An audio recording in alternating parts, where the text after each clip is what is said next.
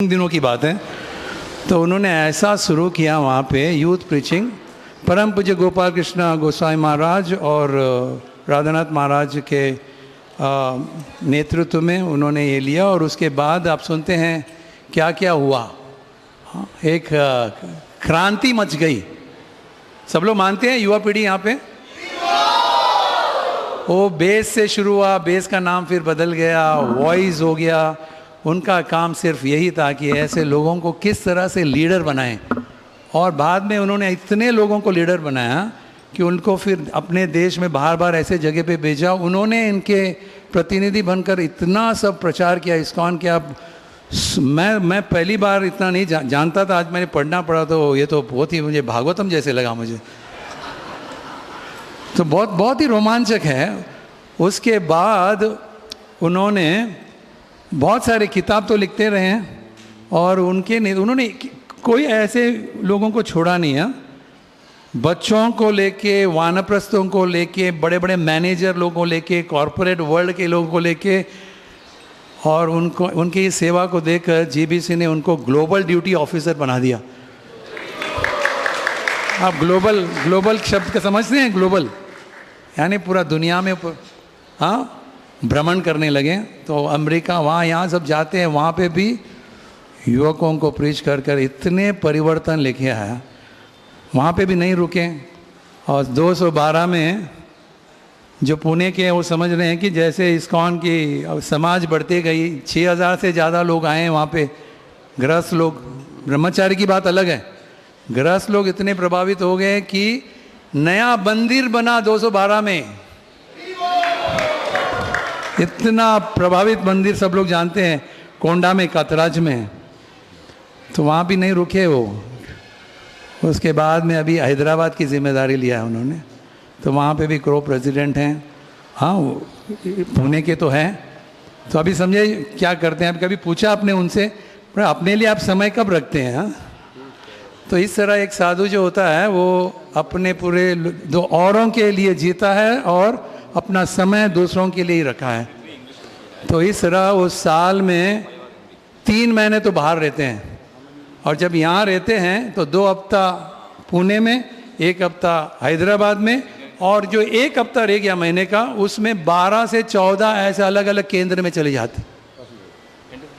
और उसके साथ साथ लोगों, बच्चों के लिए वैल्यू एजुकेशन तो आप जानते हैं क्या क्या किया है उन्होंने। और किताब तो अनेक लिखे हैं। मैं अगर बोलते जाऊंगा तो फिर आप तो सब आए हैं उनसे सुनने के लिए कि मैं इतने सारे विषय मुझे सुनने मिला, तो मैं बहुत प्रभावित हो गया। राधे श्याम प्रभु, हम बहुत बहुत आभारी हैं आपके। जैसे प्रभुपाद कहते हैं थे कि मैं तो एक व्यक्ति मेरे देश से अकेला मैं चला गया, मैंने इतना कर। अगर हर एक भारतीय इस तरह से, आपको हम नकल तो नहीं कर सकते हैं, लेकिन अगर हर एक भारतीय इस तरह का विचार रखता है और समर्पित हो जाता है प्रचार करने के लिए, क्या होगा दुनिया का। तो उसमें से एक हैं राधे श्याम प्रभु, जिन्होंने अपने जीवन में इस तरह का एक उदाहरण दिखाया हम सबके लिए। जो लोग भी हैं कि अरे मैं क्या कर सकता हूँ, लेकिन थोड़ा भी उनके जीवन के चरित्र से हम थोड़ा स्वीकार करेंगे भी, बहुत ही हम दुनिया में बदलाव ले आएंगे। तो ये है उनका संक्षेप में मुझे बताया गया 5 मिनट से ज़्यादा लोगे तो माइक्रोफोन खींच लिया जाएगा। सो हम सब लोग निश्चित धन्यवाद प्रकट करना चाहते हैं। और आज हमारा भाग्य है कि योग पीठ में उनके मुख से हमें सुनने का संदर्भ मिल रहा है। सो हृदय से सब लोग अपना कृतज्ञता प्रकट कीजिए 3 बार।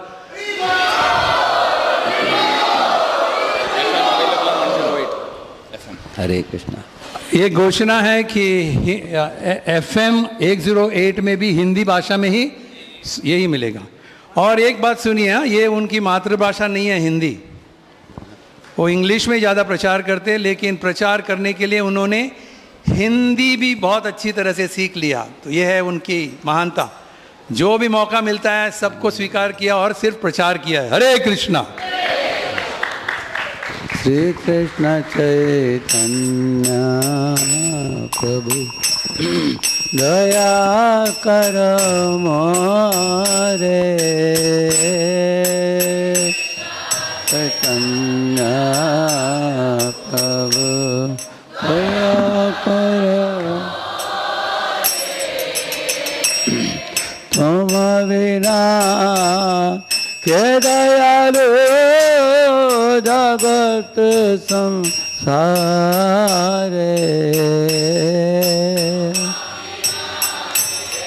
के दयालु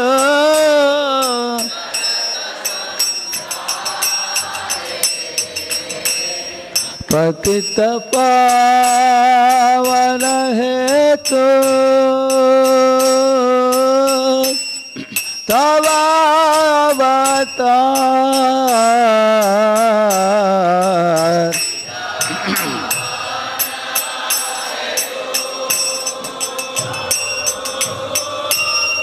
तब अवतार मौसम पतित प्रभु न पाइबे हार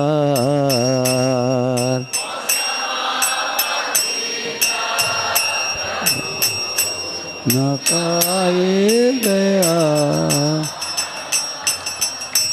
हा हा प्रभु नित्यानंद प्रेमानंद सुखी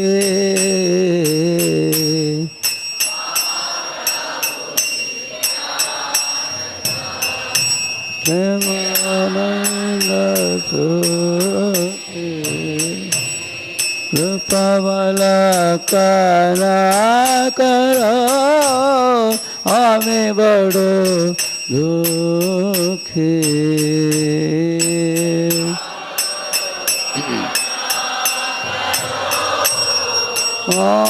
मैं गुरु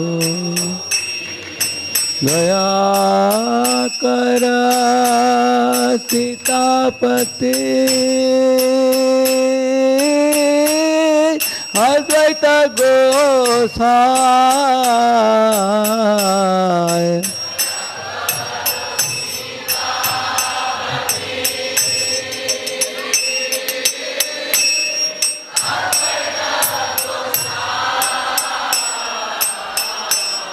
तव कृपा बले पाय चैतन्य निताय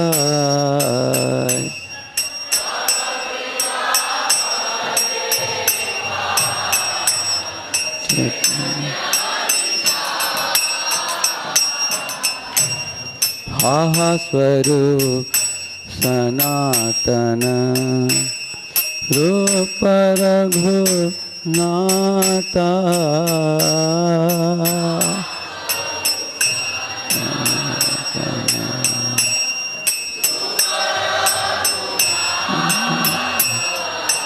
हठा योगा श्री जीवा प्रभु लोक नाथा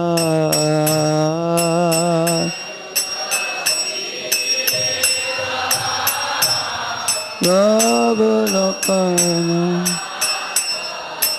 दया कर श्री आचार्य प्रभु श्रीनिवास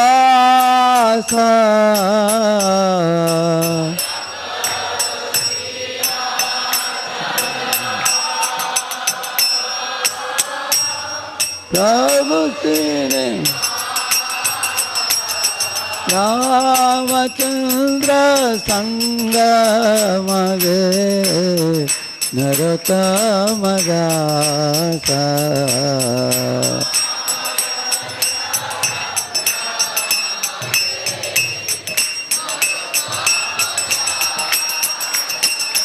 जय जय श्री चैतन्य जय नित्यानंद बोले जय श्री चैतन्य जय नित्यानंद जय अद्वैत चंद्र जय गौर भक्त वृंदा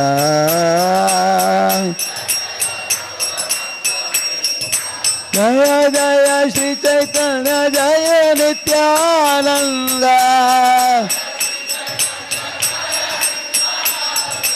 जय अद्वैत चंद्र जय गौर भक्त वृंदा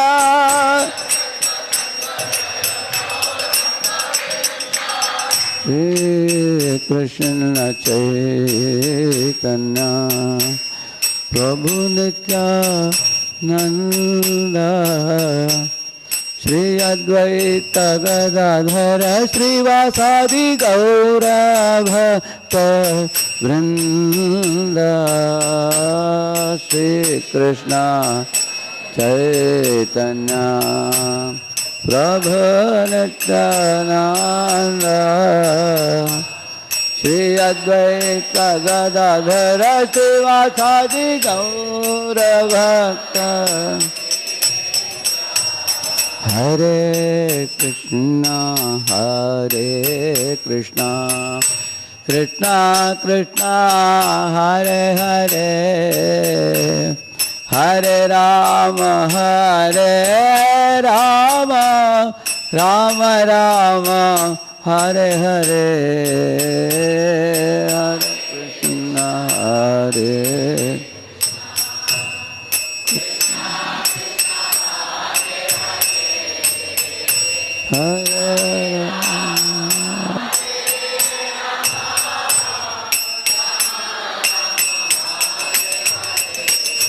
हरे कृष्णा कृष्णा कृष्णा हरे हरे हरे राम राम राम हरे हरे हरे कृष्णा कृष्णा हरे हरे हरे राम राम हरे कृष्णा कृष्णा कृष्णा हरे हरे हरे राम राम राम हरे हरे हरे राम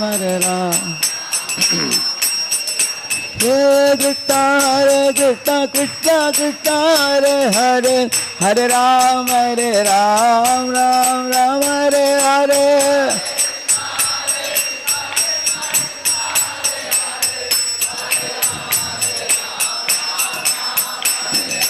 पंचतत्व जय पंचतत्व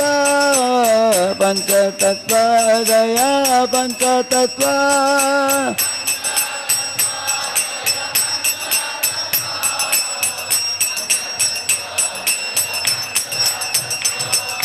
निताय गौरंग जय निताय गौरंग जय निताय गौरंग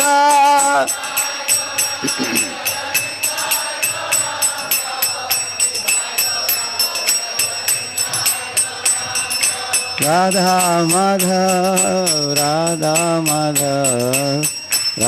माधव जय राधा माधव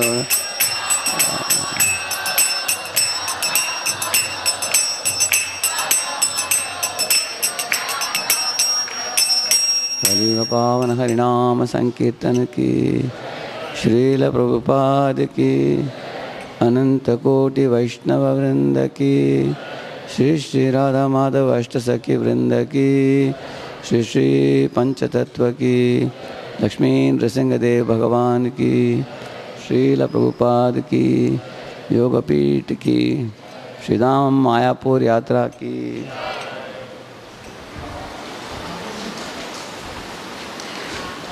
ओम अज्ञानतिमिरन्धस्य ज्ञानाञ्जनशलाकया चक्षुरुन्मीलितं येन तस्मै श्रीगुरवे नमः। श्रीचैतन्यमनोभीष्टं स्थापितं येन भूतले स्वयं रूपः कदा मह्यं ददाति स्वपदान्तिकं। वन्देऽहं श्रीगुरोः श्रीयुतापदकमलं श्रीगुरून् वैष्णवांश्च श्रीरूपं साग्रजातं सहगण रघुनाथान्वितं तं सजीवं साद्वैतं सावधूतं परिजनासहितं कृष्णचैतन्यदेवं श्रीराधा कृष्णपादान् सहगण ललिता श्रीविशाखान्वितांश्च नमा ओं विष्णुपादाय कृष्णप्रेष्ठाय भूतले श्रीमते भक्तिवेदांत स्वामिन्निति नामिने नमस्ते सारस्वते देवे गौरवाणी प्रचारिणे निर्विशेषा शून्यवादी पाश्चात्यदेशतारिणे नमो महावदन्याय कृष्णप्रेमप्रदायते कृष्णाय कृष्णचैतन्यनाम्ने गौरत्विषे नमः अनार्पितचरिं चिरात् करुणयादवतीर्णकलौ समर्पयितुं उन्नतोज्ज्वलरसां स्वभक्तिं श्रियं हरिपुरटसुन्दरद्युतिकदम्बसन्दीपितः सदा हृदयकन्धरे सुरतोऽवशचिनन्दनः वन्दे श्रीकृष्णचैतन्यनित्यानन्दसहोदितौ गौडोदये पुष्पवन्तौ चित्रौ शम्दौ तमोनुदौ आजानुलम्बितभुजौ कनकावदातौ संकीर्तनैकपितरौ कमलायताक्षौ विश्वम्भरौ द्विजवरौ युगधर्मपालौ वन्दे जगत्प्रियकरौ करुणावतारौ वाञ्छाकल्पतरुभ्यश्च कृपा सिन्धुभ्य एव च पतितानां पावनेभ्यो वैष्णवेभ्यो नमो नमः। जय श्री कृष्ण चैतन्य प्रभु नित्यानंद श्री अद्वैत गदाधर श्रीवासादि गौर भक्त वृंद। हरे कृष्णा कृष्णा कृष्णा हरे हरे हरे राम राम राम हरे हरे। ओम नमो भगवते वासुदेवाय।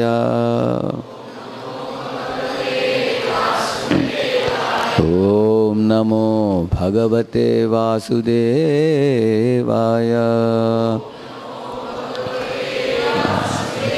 ओम नमो भगवते वासुदेवाय।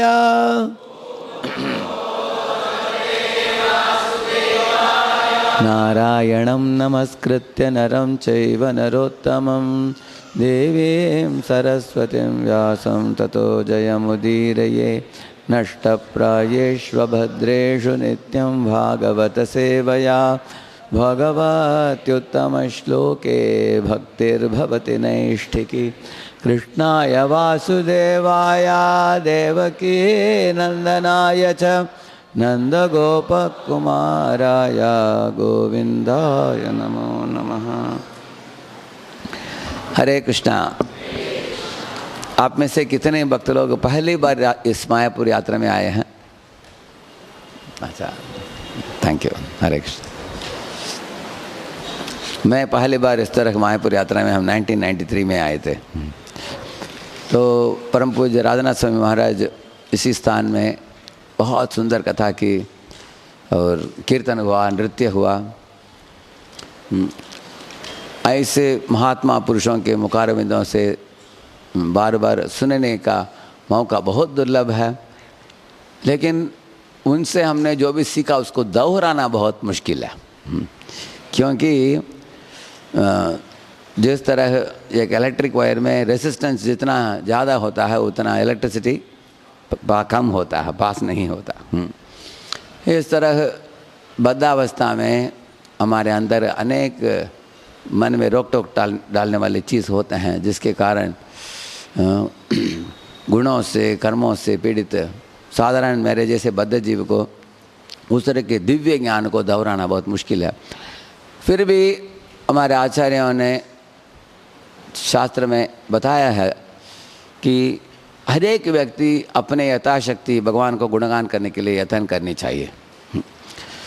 जैसे अनंत शेष अपने हजारों मुखों से भगवान की गुणगान करते हैं, ऐसा बताया गया कि अनादिकाल से शालू की उन्होंने अनंत काल तक करते रहेंगे वो हैं।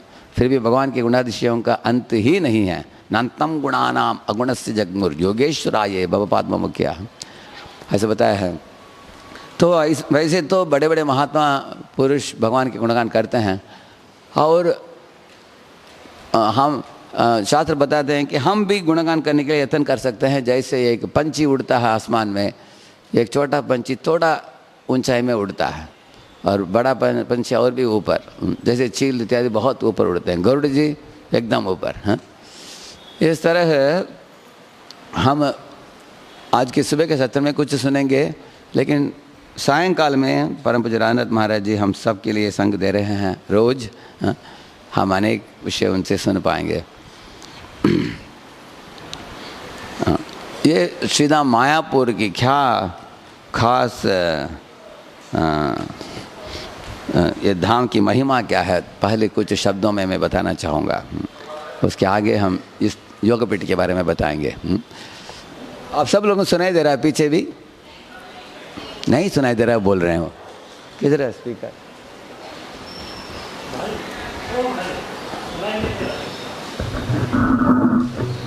हरे कृष्ण हरे कृष्ण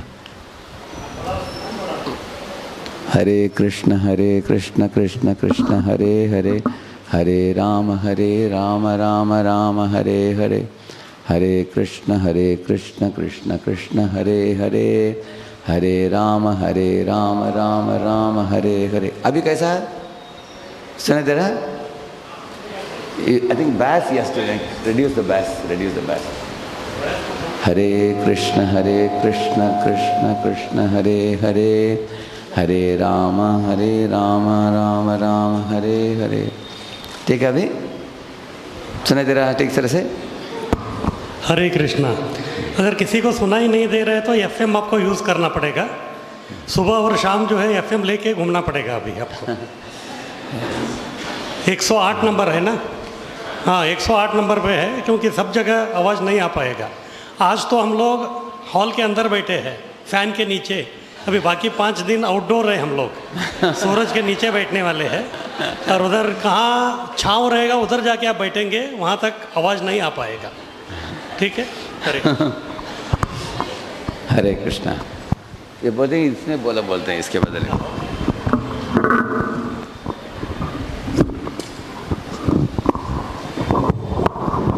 हरे कृष्णा। अच्छा, हरे कृष्ण हरे कृष्ण।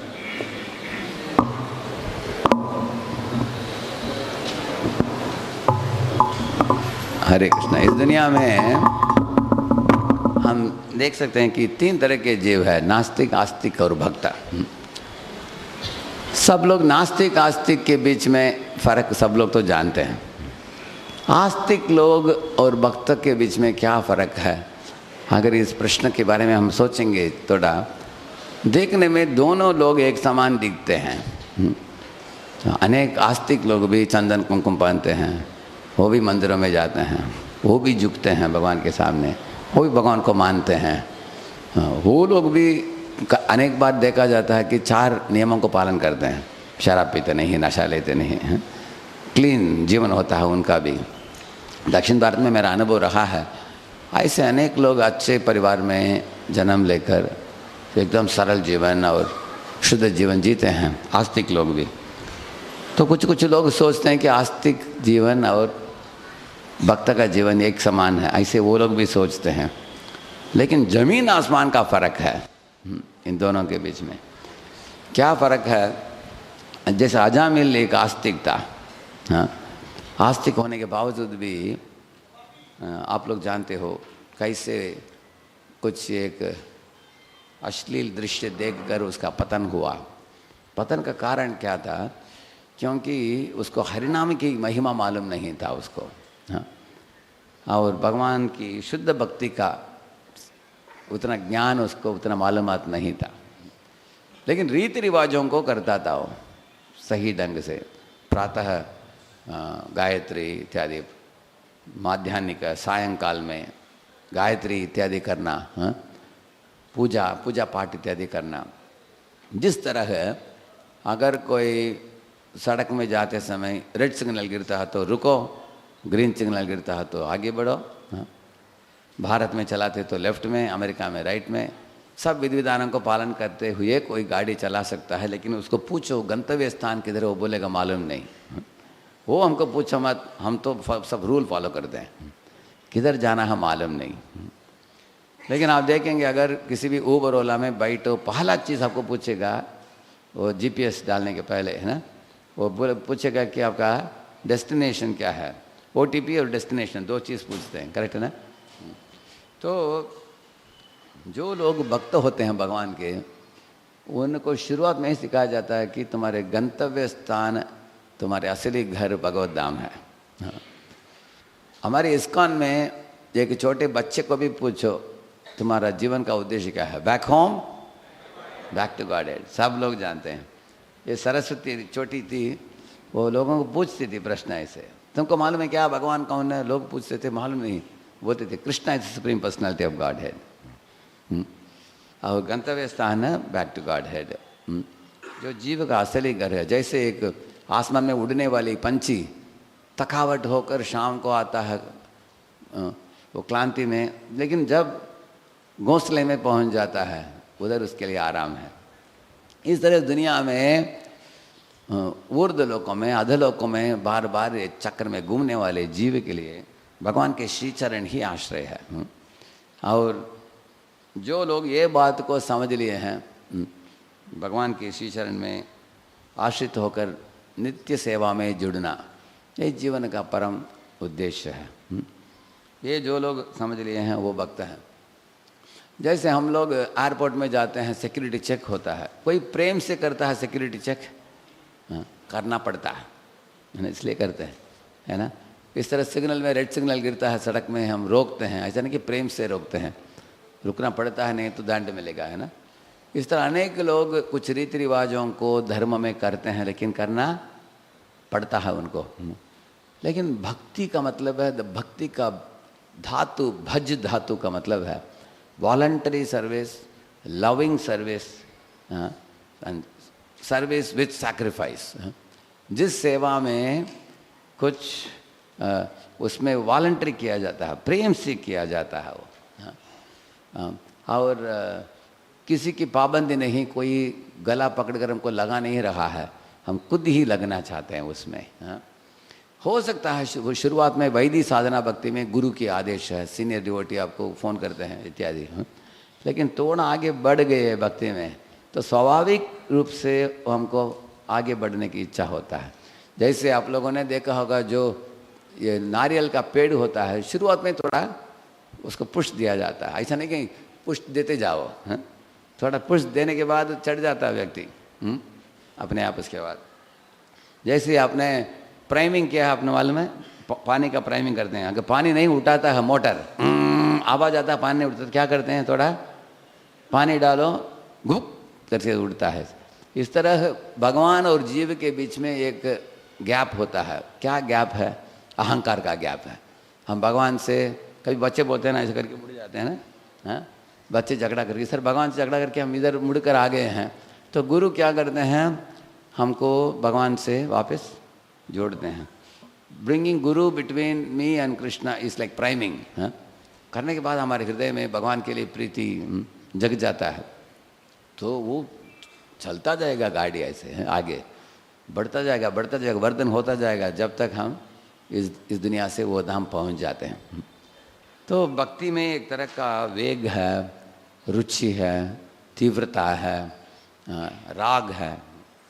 तो ये इस तरह का भक्ति जो है, इस दुनिया के अनेक जीव इसको तुरंत समझ नहीं पाएंगे।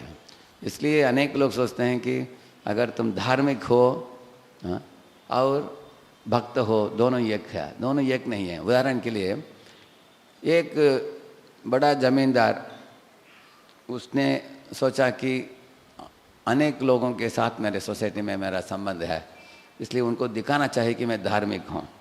उन्होंने राधा कृष्ण का डेटीज अपने घर में लाया, एक पुजारी को अपॉइंट किया, तो वो रोज़ पूजा करता है, जाता है और माइक में बोलता है बड़े सभा में, हम भी धार्मिक हैं, हमारे घर में राधा कृष्ण हैं, रोज़ पूजा होता है सुबह शाम। और ये जमींदार बोल रहा है कि मुझे दर्शन लेने के लिए भी टाइम नहीं, मेरे पास फुर्सत नहीं, क्योंकि बिजनेस इतना तेज़ी से चल रहा हमारा। तो ये एक तरह का धार्मिकता है। लेकिन भक्ति का मतलब है मैं खुद ही सजाना चाहता हूँ, भगवान के लिए फूल लाऊंगा, भगवान के लिए आरती उतारेंगे। तो हम इस्कॉन में भी हम लोग डेटीज़ को घर में वेलकम करते हैं, कितना प्रेम से हम उनको सेवा करते हैं। नहीं तो अगर हम किसी बच्चों को छोड़ देते हैं, बच्चे करते हैं और हम रुचि नहीं दिखाते हैं। इसलिए भक्ति में रुचि, तीव्रता और voluntarily wanting to do service. जैसे ज़रा सोचिए उदाहरण, एक माता अपने बच्चे को ख्याल करती है, एक नर्स अपॉइंटेड, एक सर्वेंट मेड वो ख्याल करती है, दोनों एक है क्या? जमीन आसमान का फ़र्क है। हाँ। एक माँ जो होती है बच्चे को जो प्रेम से सेवा करती है, वो बच्चे से कुछ अपेक्षा नहीं है, वो सिर्फ सोचती है कि बच्चे खुश हो जाए बस। अगर ओवर टाइम भी करना पड़े, उसको रात को जगना पड़े 12 बजे, वो जगेगी वो। हाँ। लेकिन पेड सर्वेंट क्या करती है? बच्चे को काम करती है, वो बच्चे को कुछ ख्याल रखती है, लेकिन किसी और घर में अच्छा पैसा मिल गया तो उधर चली जाएगी वो। हाँ। लेकिन ऐसा नहीं है। माँ होती है, उसको उस सेवा से कुछ अपेक्षा नहीं है। So we have to serve the Lord like the mother serving a child, not like the servant maid serving the child. तो इस तरह की बात मैंने इस्कॉन में सीखा। जब इस्कॉन में आने के बाद हमने देखा कि इधर जो माल आपको मिल रहा है, इतना दिव्य माल कहीं नहीं मिलेगा आपको। हाँ। क्योंकि ये शुद्ध है। देन शुद्ध कृष्ण शिक्षा, देन शुद्ध कृष्ण शिक्षा, गाते हैं ना वो गीत में। जाति बल विद्या धन, जाति धन विद्या बल, न कोरे अपेक्षा। आपसे कुछ अपेक्षा नहीं, आप धनी होने की ज़रूरत नहीं, बल की ज़रूरत नहीं, जाति इत्यादि की। भगवान कृष्ण ने कभी नहीं बोला कि मैं लक्ष्मीपति हूँ, तुमको कम से कम करोड़पति होना चाहिए। ऐसे भगवान बोलेंगे तो हम लोग किधर जाएंगे? भगवान ने कुछ शर्त नहीं रखा है, कुछ शर्त नहीं है। इस दुनिया में अगर कोई लड़का चाहता है कि उस लड़की से विवाह करूं, तो लड़की के पिताजी बोलते हैं कम से कम 10 लाख पर आना, नहीं तो आओ मत। वो लोग ये करते हैं, लेकिन भगवान कुछ शर्त नहीं रखते हैं। हाँ। भगवान के पास जाने के लिए सब जीवों के लिए मौका है इसे। तो इसलिए भक्ति मार्ग की प्रचार प्रसार जो है, अगर इसका सही ढंग से किया जाए, सारे दुनिया भर के जीवों के लिए मौका है भगवत धाम लौटने के लिए। हाँ। तो भागवत में एक श्लोक है, अनुग्रहाय भक्तानां देहं मानुष्यमास्थितः भजते तादृशी क्रीडा या श्रुत्वा तत्परो भवेत्। जीवों के ऊपर अनुग्रह करते हुए भगवान श्री कृष्ण इस दुनिया में अवतरित होते हैं। अनुग्रहाय भक्तानाम, मनुष्य जैसे भगवान चेष्टाएं करते हैं। क्यों? 2 तरह के चेष्टा करते हैं भगवान। एक है अलौकिक, दूसरा है लौकिक। जैसे दावाग्नि का पान करना अलौकिक है, विश्वरूप दर्शन दिखाना वो भी अलौकिक है। पूतना का वध करना, इतने छोटे शिशु होते हुए भी इतने 12 मील लंबी राक्षसी का वध करना वो भी अलौकिक है। हाँ। इस तरह गोवर्धन को उठाना अपने छोटे उंगली में, ये सब अलौकिक। लेकिन लौकिक मनुष्य का भी चेष्टा अपनाया भगवान ने। माखन की चोरी करना, गोचारण लीला में जाना, झूठ बोलना, रोना, भागना, डरना इत्यादि। ऐसे जीवों में 18 अवगुण देखे जाते हैं, जैसे झूठ बोलना। लेकिन भगवान नारायण के बारे में पढ़ते हैं, वो सत्य संकल्प हैं। वो कभी भी, एक श्लोक भी है पूरा सत्य के बारे में है, तो सत्य नेत्रम, ऐसे सत्य, भगवान सत्य ही बोलते हैं। लेकिन हम देखते हैं कृष्ण के रूप में भगवान शरारती करते हैं, झूठ बोलते हैं माँ यशोदा को। और भगवान जो है भय को भी भयभीत करते हैं। लेकिन दिवाली दिन की लीला में दामोदर भागते हैं माँ से भयभीत होकर, ऐसे। और भगवान माधव बताए गए हैं। माधव का मतलब है लक्ष्मीपति है, लेकिन इधर लक्ष्मीपति होकर भी वो क्या करते हैं? माखन की चोरी करते हैं। द वेल्दिएस्ट थीफ ऐसे बताया है। अगर कोई करोड़पति होगा उसको चोरी करने की ज़रूरत नहीं है, लेकिन भगवान लक्ष्मीपति होकर भी प्रेम को प्रकट करने के लिए माखन की चोरी करते हैं। तो इस तरह के 18 अवगुण जो जीवों में हैं, जब भगवान में जब दिखते हैं, वो भगवान के लिए दूषण नहीं है, वो भूषण है। क्यों भूषण बताया गया है? श्रीपाद विश्वनाथ चक्रवर्ती ठाकुर एक उदाहरण देते हैं। अगर किसी के हथकड़ी लग गया हाथ में, तो सड़क पे उसको लेके जाओ ऐसे सर झुक कर जाएगा वो, है? लेकिन भगवान, जब भगवान के ऊपर योग माया आती है, वो किसके समान है? एक राजकुमार अच्छे अच्छे गहनों को शरीर में पहनता है, जैसे कुंडल, मुकुट इत्यादि। इस तरह भगवान योग माया को लेते हैं अपने ऊपर, ताकि वो भी एक बच्चे बनकर मनुष्य चेष्टाएं करे माँ यशोदा को खुश करने के लिए, अपने गोप मित्रों को खुश करने के लिए। तो भगवान बंदे नहीं जाते हैं योग माया में, हाँ? लेकिन योग माया को अपना कर उनकी शोभा और बढ़ती है, ऐसे बताते हैं। हाँ, जैसे अगर कोई जेल के अंदर डालकर उसको लॉक करो तो बंद गया वो, है ना? लेकिन ये जो मणि है, ये मणियों को साथ में रखने वाली धागा, वो इसमें बंधा नहीं है, मणियों को धारण करता है वो, है? इस तरह भगवान भी जब इस दुनिया में आते हैं, वो तो विश्वम्भर हैं, सारे दुनिया को धारण करने वाले, पोषण देने वाले भगवान हैं। वो कभी बंधे नहीं जाते हैं, इधर आकर मनुष्य जैसे चेष्टाएं करते हैं। नास्तिकों को भगवान अलौकिक लीलाएं दिखाते हैं, देख लो मैं कौन हूँ, और भक्तों को लौकिक लीला दिखाते हैं, क्योंकि भक्त लोग ऑलरेडी उनको मालूम है भगवान कौन है। इसलिए भगवान उनके साथ अपने प्रेम को बढ़ाने के लिए ऐसे ही अपने लौकिक जैसे मनुष्य चेष्टाओं को प्रकटीकरण करते हैं। भजते तादृशी क्रीड़ा या श्रुत्वा तत्परो भवेत्। अगर कोई मनुष्य चेष्टाएं जो भगवान करते हैं उनसे प्रभावित होकर एक भक्त के हृदय में भक्ति भाव जग जाता है, वो प्रेम से भगवान को सेवा देने की इच्छा जग जाता है, वो बहुत भाग्यशाली जीव है। और या श्रुत्वा तत्परो भवेत्, वो जीव भी दिव्य हो जाता है। वही बोलते हैं ना, जन्म कर्म च मे दिव्यम एवं यो वेत्ति तत्वतः त्यक्त्वा देहम पुनर्जन्म नैति मामेति सोऽर्जुन। जो समझ गए कि मेरे जन्म और कर्म दिव्य हैं, वो शरीर छोड़ते समय मेरे पास आ जाएंगे। मेरे दिव्यता के बारे में बार बार जीव स्मरण करते करते वो भी दिव्य बन जाता है। ऐसे भगवान बताते हैं। ऐसे भगवान अनेक अवतारों में इस दुनिया में आए हैं, जैसे मत्स्य कूर्म वराह नरसिंह इत्यादि, इस तरह है। लेकिन भगवान जो कलयुग में किस युग अवतार के रूप में आते हैं उसके बारे में वर्णन आप भागवत में पढ़ेंगे 12वें स्कंद में।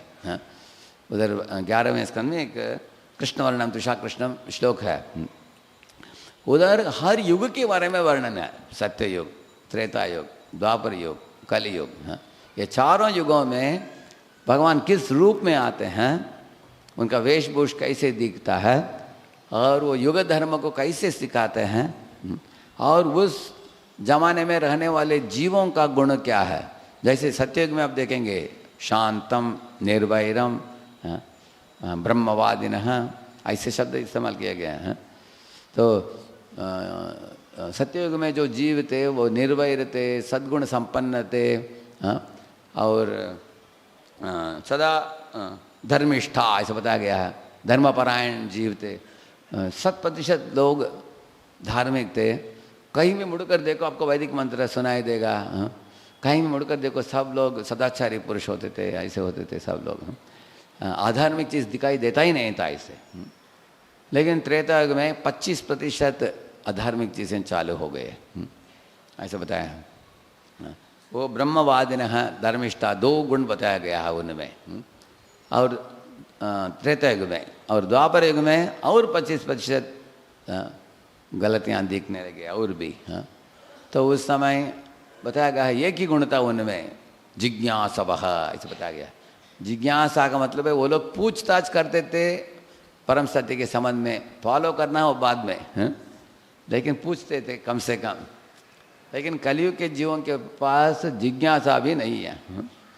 तो कभी कभी मैं देखता हूँ एरोप्लेन में नहीं तो ट्रेन में कोई आकर बैठा है, लेकिन हम निकट बैठे हैं, पुलिसमैन का ड्रेस है, जैसे पुलिसमैन कपड़ा पहनता है इस तरह साधु का ड्रेस क्यों पहना जाता है, ताकि कुछ प्रश्न पूछ सके कोई अच्छे। लेकिन वो अपने मोबाइल में अपने मज़े में है, वो खेल रहा है वीडियो गेम निकट बैठ कर। तो लोगों के अंदर उतना तत्व जिज्ञासा नहीं है, वो इंद्रिय तृप्ति में लिप्त हैं ऐसे। तो 500 साल के पहले भी ऐसी स्थिति था। जो लोग धार्मिक लोग थे वो दिन में एक ही बार भगवान का नाम लेते थे, नहाते समय गोविंदा बोलते थे बस, है? क्योंकि हो सकता है पानी ठंडा होगा कभी, है? हे गोविंदा बस, बाकी टाइम कुछ नाम नहीं बोलने का। ऐसा धार्मिक लोग भी ऐसे थे। और जो लोग बहुत बड़े वैरागी थे, हाँ, वो लोग शास्त्र का वर्णन करते थे लेकिन भक्ति के बारे में कुछ नहीं बोलते थे, सिर्फ अनासक्ति के बारे में, शुष्क वैराग्य के बारे में वर्णन करना, हाँ, शास्त्रों को पढ़कर। अनेक लोग कृष्ण अर्जुन को बाजू में रख देते हैं और भगवत गीता के ऊपर खुद का विश्लेषण देते हैं, और ऐसे मोटे मोटे भगवत गीता का टीकाएँ हैं लाइब्रेरीज में सो रहे हैं, हाँ, धूल खा रहे हैं वो, हाँ, अमेरिका में। जब प्रभुपाद जी की भगवत गीता गया उधर, 4 साल के अंदर अमेरिकी लड़कियां वो साड़ी पहनकर और अमेरिकी पुरुष धोती कुर्ता पहनकर मृदंग बजाते हुए गली में दिखाई देने लगे, कीर्तन करते हुए। हाँ, ये प्रभुपाद चमत्कार है। हाँ, तो ये प्रभुपाद की भगवत गीता है। जैसे आसमान में अगर सूर्य चमक रहा हो दोपहर के समय, कोई छुपा नहीं सकता उसको। हाँ, इस तरह परम सत्य को प्रभुपाद जी इतने सरल तरीके से समझा दिया, पाश्चात्य देश के लोगों को भी ऐसे। तो इस तरह और भी जो लोग इंद्र तत्व में लिप्त थे, जितना उनका भौतिकता बढ़ता गया उतना उनको धार्मिक कर्मों में रुचि घटता गया। ये होता है ऐसे। जैसे अगर आपके पास एक काष्ठ हो, उसमें थोड़ा पानी का सिंचन करो, उसे क्या होगा, अगर चूल्हे में लगाओगे तो धुआं निकलेगा, है ना, आग नहीं निकलेगा। जितना पानी स्प्रिंकल करो उतना धुआं निकलेगा। इस तरह 500 साल के पहले स्थिति ऐसा था कि लोग बहुत भौतिकता बढ़ रहा था लोगों में। हाँ, और अनेक लोग अच्छे अच्छे कपड़े पहनना, विवाह बहुत धूमधाम से मनाना, खेल कूद में मज़े में समय बिताना, ऐसे कुछ लोग मनसा ऐसे अनेक देवी देवताओं की भी पूजा करते थे, लेकिन पूजा सब किया जाता था कुछ भौतिक ऐश्वर्यों को बढ़ाने के लिए। प्रभुपाद जी बताते हैं जब अमेरिका से वापस लौट आए, उनके यहाँ कलकत्ता में गए थे प्रभुपाद जी, देखा कि जिस स्थान में राधा गोविंद जी थे उस स्थान में गोविंद जी नहीं थे, उनके बदले एक बहुत बड़ा दुर्गा का एक मूर्ति था उधर। हाँ, तो बहुत भीड़ था मंदिर में। हाँ, अनेक लोग दुर्गा की उपासना करते। प्रभुपाद ने पूछा कि राधा गोविंद किधर है? वो बोले ऊपर है माले में। तो ऊपर चढ़ गए प्रभुपाद, जाकर देखा कि ऊपर रखा है ये कोने में उनको। कोई एक आध बार 1-2 बूढ़ी माताएं जाती थी गोविंद जी को दंडवत करने के लिए। हाँ, लेकिन दुर्गा का बहुत धूमधाम से पूजा हो रहा था। तो प्रभुपाद जी ने लिखा कि क्योंकि लोगों में भौतिकता बढ़ता है, भगवान कृष्ण बोलते हैं दुर्गा को, तुम शक्ति हो और मैं शक्तिमान हूँ। जो मेरे पास आते हैं मैं उनको भगवत नाम ले जाता हूँ, जो तुम्हारे पास आते हैं तुम उनको भौतिक पदार्थों को देकर इसी दुनिया में रखते हो। हाँ? तो अनेक लोग इधर ही रहना चाहते हैं, जाना नहीं चाहते हैं। हाँ? तो इसलिए उनकी पूजा बढ़ रही थी। तो प्रभुपाद जी ने कुछ 200 रुपया दिया राधा गोविंद जी को कपड़े बनाने के लिए और आभूषण बनाने के लिए। हाँ, प्रभुपाद जी ने बोला उनको ऐसे। तो इस तरह से इस दुनिया में देखा जाता है भौतिकता भी है, आध्यात्मिकता भी है, लेकिन जितना भौतिकता बढ़ता है उतना बुखार बढ़ने के बराबर है। जैसे अमेरिका में जब यूसी बर्कली में प्रभुपाद जी गए थे, एक उसको पूछा उधर, एक लड़का पूछा उनको, स्वामी जी भगवत गीता सिखा रहे हैं? आजकल तो तकनीकी इतना बढ़ गया, विज्ञान इतना बढ़ गया, आप क्या सिखा रहे हैं भगवत गीता? कौन सुनेगा आपका भगवत गीता? प्रभुपाद जी बोले हाँ, इसलिए तुम तकनीकी में आगे बढ़ने के लिए अमेरिका आए हो एक भिखमंगे के रूप में। हाँ, लेकिन मैं आया हूँ अमेरिका में लोगों के जीवन में एक वैल्यू एडिशन देने के लिए। हाँ, so you remain a beggar, I will be a giver, ऐसे बोले प्रभुपाद जी। हाँ, तो वो डांट का या बैठ गया वो। हाँ, क्योंकि प्रभुपाद जी ने देखा कि उसी बर्कली में ऊपर से लोग छत से नीचे गिरकर आत्महत्या करते थे, एक नहीं दो नहीं अनेक विद्यार्थी। तो प्रभुपाद ने बोला इतना धनी होकर, इतना पढ़े लिखे होकर तुम क्यों कूद रहे हो, इतना डाइवर्स क्यों बढ़ रहा है? हाँ, तुम लोगों में इतना उत्पात क्यों है, समस्या क्यों है? क्योंकि बोला जितना भौतिकता बढ़ेगा बुखार बढ़ने के बराबर है। 102, 103, 107 में मर जाता है इंसान। 107 का मतलब है मरण ज्वर।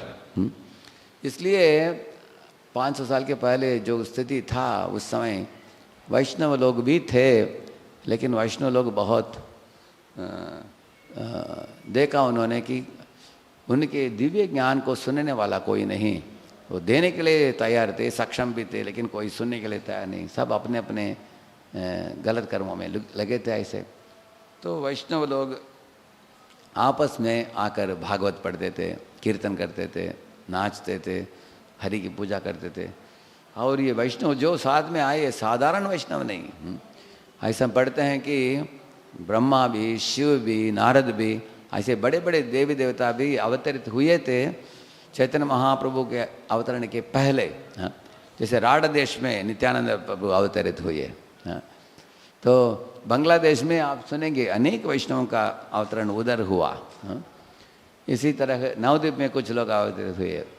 जो लोग जैसे सची माता, जगन्नाथ मिश्रा, अद्वैताचार्य प्रभु, ये सब लोग भगवान के आने के पहले आकर तैयारी कर रहे थे। हाँ, और भगवान चैतन्य महाप्रभु के समय में कुछ लोग उनके उसी समय में अवतरित हुए, जैसे गदाधर पंडित, मुकुंदा, ऐसे लोग वगैरह, जैसे स्वरूप दामोदर, इत्यादि लोग ऐसे।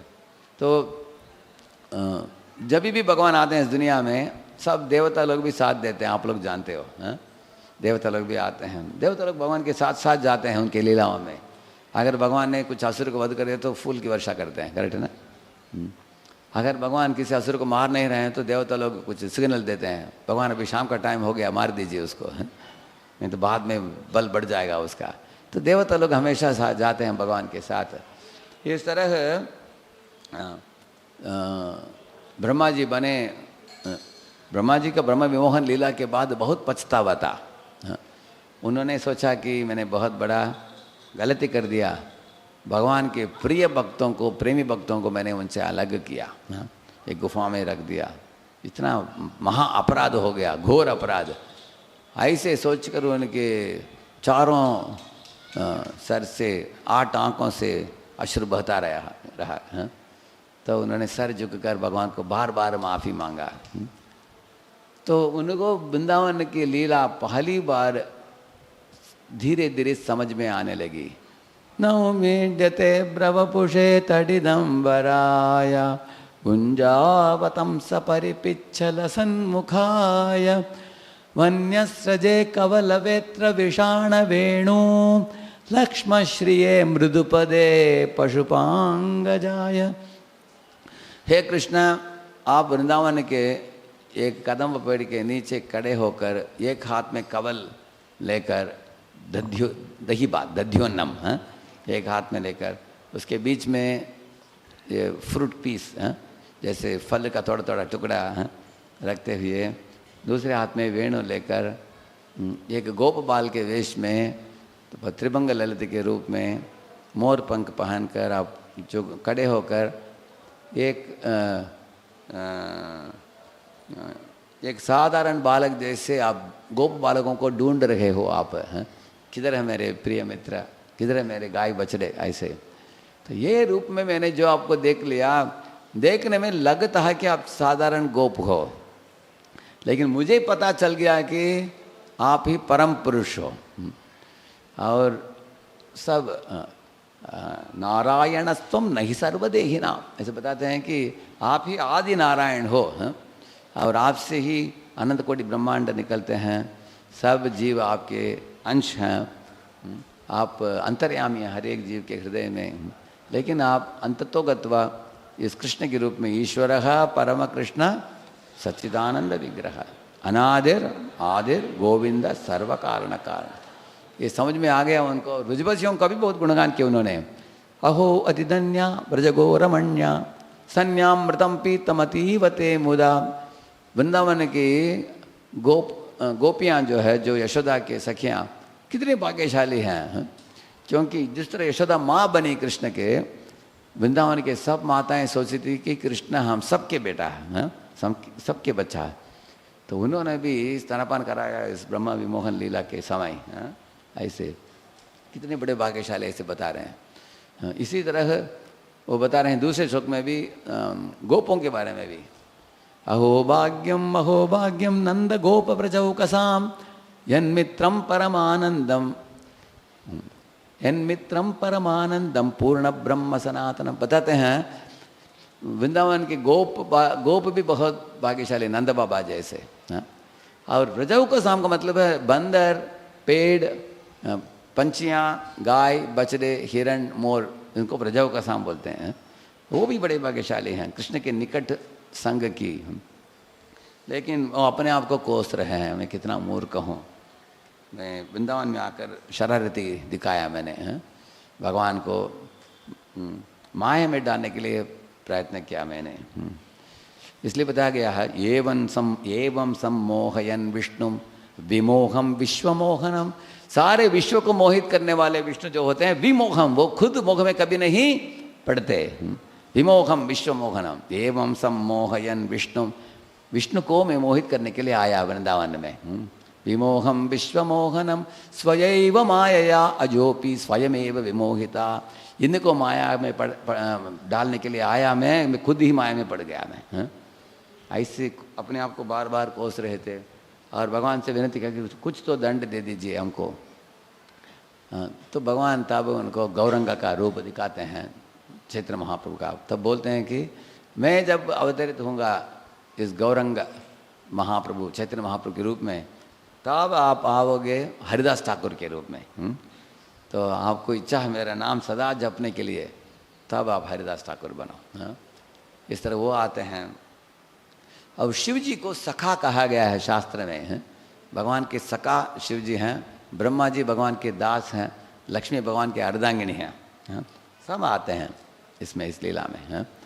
तो इस तरह आप देखेंगे शिव जी एक्चुअली महाविष्णु, लेकिन सदाशिव का मूड लेकर आते हैं वो। मूड का मतलब क्या है? शिव जी को आशुतोष कहा गया, करेक्ट है ना? आशुतोष वो गुरु भी बनते हैं प्रचेतों के। आप पढ़ेंगे भागवत में इनके बारे में, शिव जी के बारे में एक श्लोक है, निर्वैरम शांत विग्रहम लोकानाम गुरुम चराचर गुरुम। ये शब्दों से उनके बारे में बताया गया। सारे ब्रह्मांड के गुरु हैं शिव जी। अब सब जीवों को भगवान की ओर लेके जाने वाले होते हैं। जैसे इधर आपने दो शिवलिंग देखा होगा, एक छोटा एक बड़ा। छोटा शिवलिंग जो है वो गोपीश्वर महादेव है। बड़ा शिवलिंग जो है वो दामपाल शिवलिंग है। तो दामपाल धाम को सुरक्षा प्रदान करते हैं। सुरक्षा का मतलब क्या है? अगर कोई अयोग्य व्यक्ति आ गया धाम यात्रा में, उसकी आंखों में एक आवरण डाल देते हैं, उसको दिखाई नहीं देता है धाम की असलियत चीज़ क्या है। दिव्य जी से दिखाई नहीं देते। वो दोषारोपण करता है, भौतिक चीज़ों को ही देखता है वो। लेकिन इसलिए शिव जी पार्वती को भी बोलते हैं कि तुम भी वास करते हो मायापुर में, इसलिए तो इसका नाम है मायापुर, क्योंकि माया साधारण जीवों की आंखों को ढकती है। लेकिन भगवान के भक्ति भाव के साथ जो आते हैं उनको वही महामाया योग माया के रूप में परिवर्तित होकर प्रौढ़ माया है, वो क्या करती है? उनको सारे धाम को दर्शाती है वो। तो शिव जी और पार्वती दोनों हैं इधर। इस तरह वो उनको दामपाल बोलते हैं। और गोपीश्वर महादेव का मतलब है शिव जी ने भी एक बार रास नृत्य में भाग लेने के लिए अपने आप को, अपने रूप को परिवर्तित करके गोपी का रूप धारण किया। वो है गोपीश्वर महादेव। जब ललिता विशाखा ने देखा ये कौन नया गोपी आए है, तब अचानक उनके सर्प को देख लिया, सर्प आ गया ऐसे हैं, वो डर गई। तो कृष्ण ने बोला ये तो हमारे शिव जी हैं। तो शिव जी को भी स्क्रीनिंग कमेटी में रख दिया भगवान ने। ललिता विशाखा के साथ जो भी रासन नृत्य में आएंगे उनको अनुमति देना नहीं देना उसके ग्रुप में रख दिया उनको। तो इसलिए वो जो इस तरह दामपाल होते हैं शिव जी।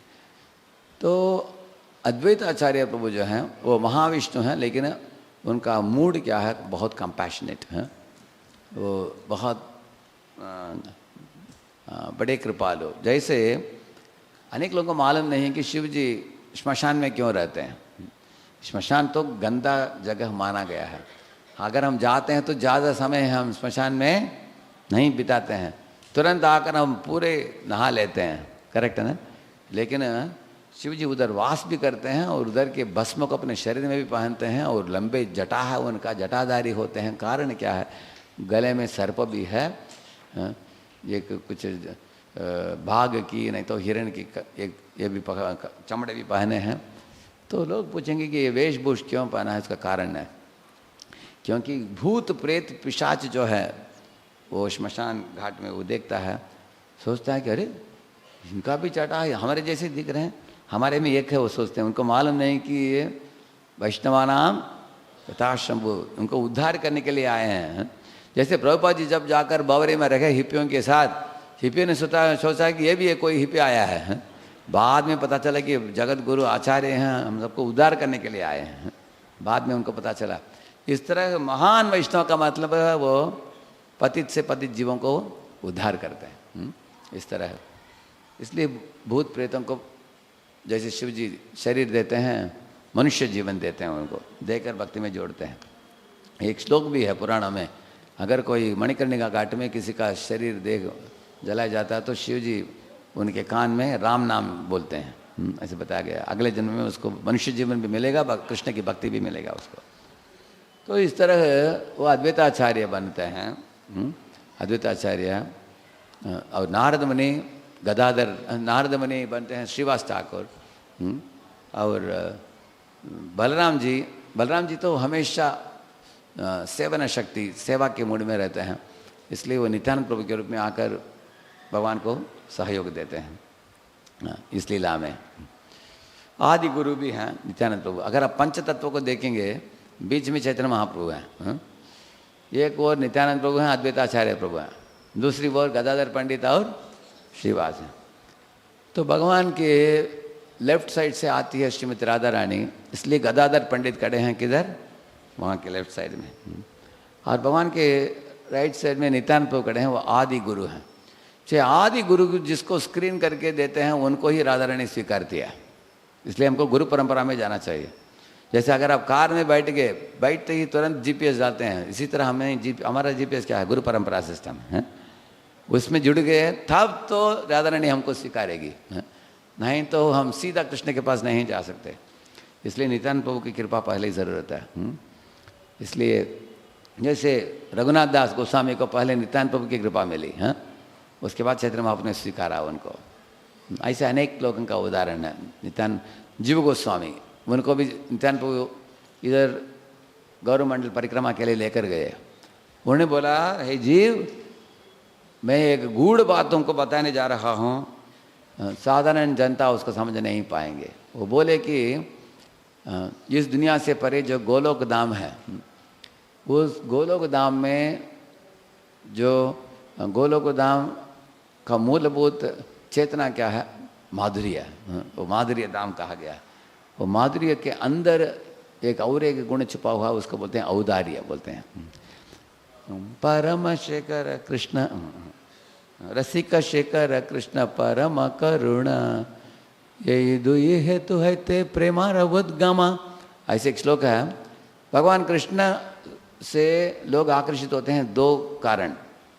एक है कृष्ण की शरारती खूबसूरती, उनकी खेल कूद मज़े करने की लीलाएं, और दूसरे लोग आकर्षित होते हैं कृष्ण की करुणा से। कैसे उन्होंने करुणा दिखाया पुतना को, कैसे उन्होंने करुणा दिखाया मृत गोप बालकों को दृष्टिपात करके उन्होंने तुरंत जिंदा कर दिया। ऐसे कृष्ण को भक्त वत्सल कहा गया है। ये एक गाय अपने बछड़े को चाट चाट कर गंदगी को निकाल देता है। इस तरह भक्तों में शुद्धता लाते हैं भगवान। तो इस तरह भगवान की कृपालु जैसे पांडवों को सहयोग देते हैं रणभूमि में अर्जुन के सारथी बनकर, तो कुछ भक्त लोग आकर्षित होते हैं भगवान की करुणा से, कुछ भक्त लोग आकर्षित होते हैं भगवान की खूबसूरती से, शरारती से। अभी पूछेंगे भक्तों को, कितने लोग आकर्षित होते हो भगवान की खूबसूरती से, शरारती से?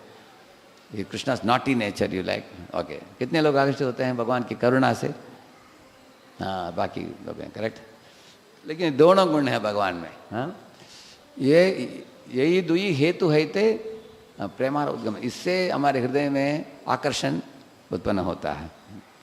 तो माधुर्य धाम के अंदर छुपा हुआ औदार्य धाम जो करुणा भी है, औदार्य के अंदर छुपा हुआ है माधुर्य, दोनों है। तब नित्यानंद प्रभु ने बोला गोलोक के अंदर एक औदार्य धाम है जिधर भगवान का एक खास रूप है जो चैतन्य महाप्रभु का रूप है, हाँ? उनका नाम है गौरांगा। गौर का मतलब है स्वर्ण, अंग का मतलब उनके शरीर का तेज। ऐसा बताया है। क्यों उनका रूप स्वर्ण का है? क्योंकि प्रेम, प्रणय, स्नेह, राग, अनुराग, और आगे जाएंगे प्रेम में उसको बोलते हैं भाव, महाभाव। ऐसे 7वां डिग्री का प्रेम जो होता है उसको बोलते हैं मदनोक्य महाभाव बोलते हैं उसको। उस मदनोक्य महाभाव में एक शरीर का, व्यक्ति का शरीर सुनहरा हो जाता है। जैसे अगर आपको अब नाराज हो गया अंदर, आपके आंखों में लालिमा आ जाता है, आग बबूला बोलते हैं ना, लाल लाल हो जाता है आपकी आंखें। अंदर का क्रोध बाहर दिखता है। अगर और ज़्यादा क्रोधित हो गए तो अब चिल्लाओगे आप, और क्रोध बढ़ गया तो हाथ उठाओगे, और क्रोध को कंट्रोल नहीं कर पाते तो उसको पिटाई कर देंगे आप, और भी क्रोध बढ़ गया तो अब लात दोगे किसी का। करेक्ट ना? तो अंदर का क्रोध बाहर प्रकटीकरण होता है। इसी तरह प्रेम भी, अगर कोई बैठकर नाम जप करता है, उसके प्रेम थोड़ा और बढ़ गया, वो मुस्कुराता हो, और प्रेम बढ़ गया, जोर से पुकारता है भगवान का नाम। एवं व्रत स्वप्रिय नाम कीर्त्या जाता अनुरागो दुत चित्त उच्चैहि। उच्चैहि का मतलब जोर से पुकारता है नाम। एवं हसित रोदित रौति गायते उन्मादमन नृत्य लोक बाह्य।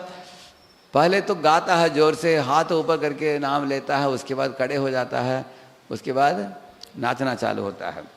जैसे हमारे पूना में परम पूज्य लोकनाथ स्वामी महाराज का भागवत कथा होता है, तो महाराज जब कीर्तन करते हैं पहले धीरे से शुरू करते हैं, लोग आंख बंद करके ऐसे ताली बजाए सुनते हैं। थोड़ा स्पीड बढ़ गया तो धीरे धीरे हाथ ऊपर करेंगे, उसके बाद उड़ जाते हैं, उसके बाद कंट्रोल नहीं कर पाते, नाचते हैं जोर जोर से, ऐसे। तो इस तरह कृष्ण का रूप सुनहरा रूप में क्यों परिवर्तित होता है?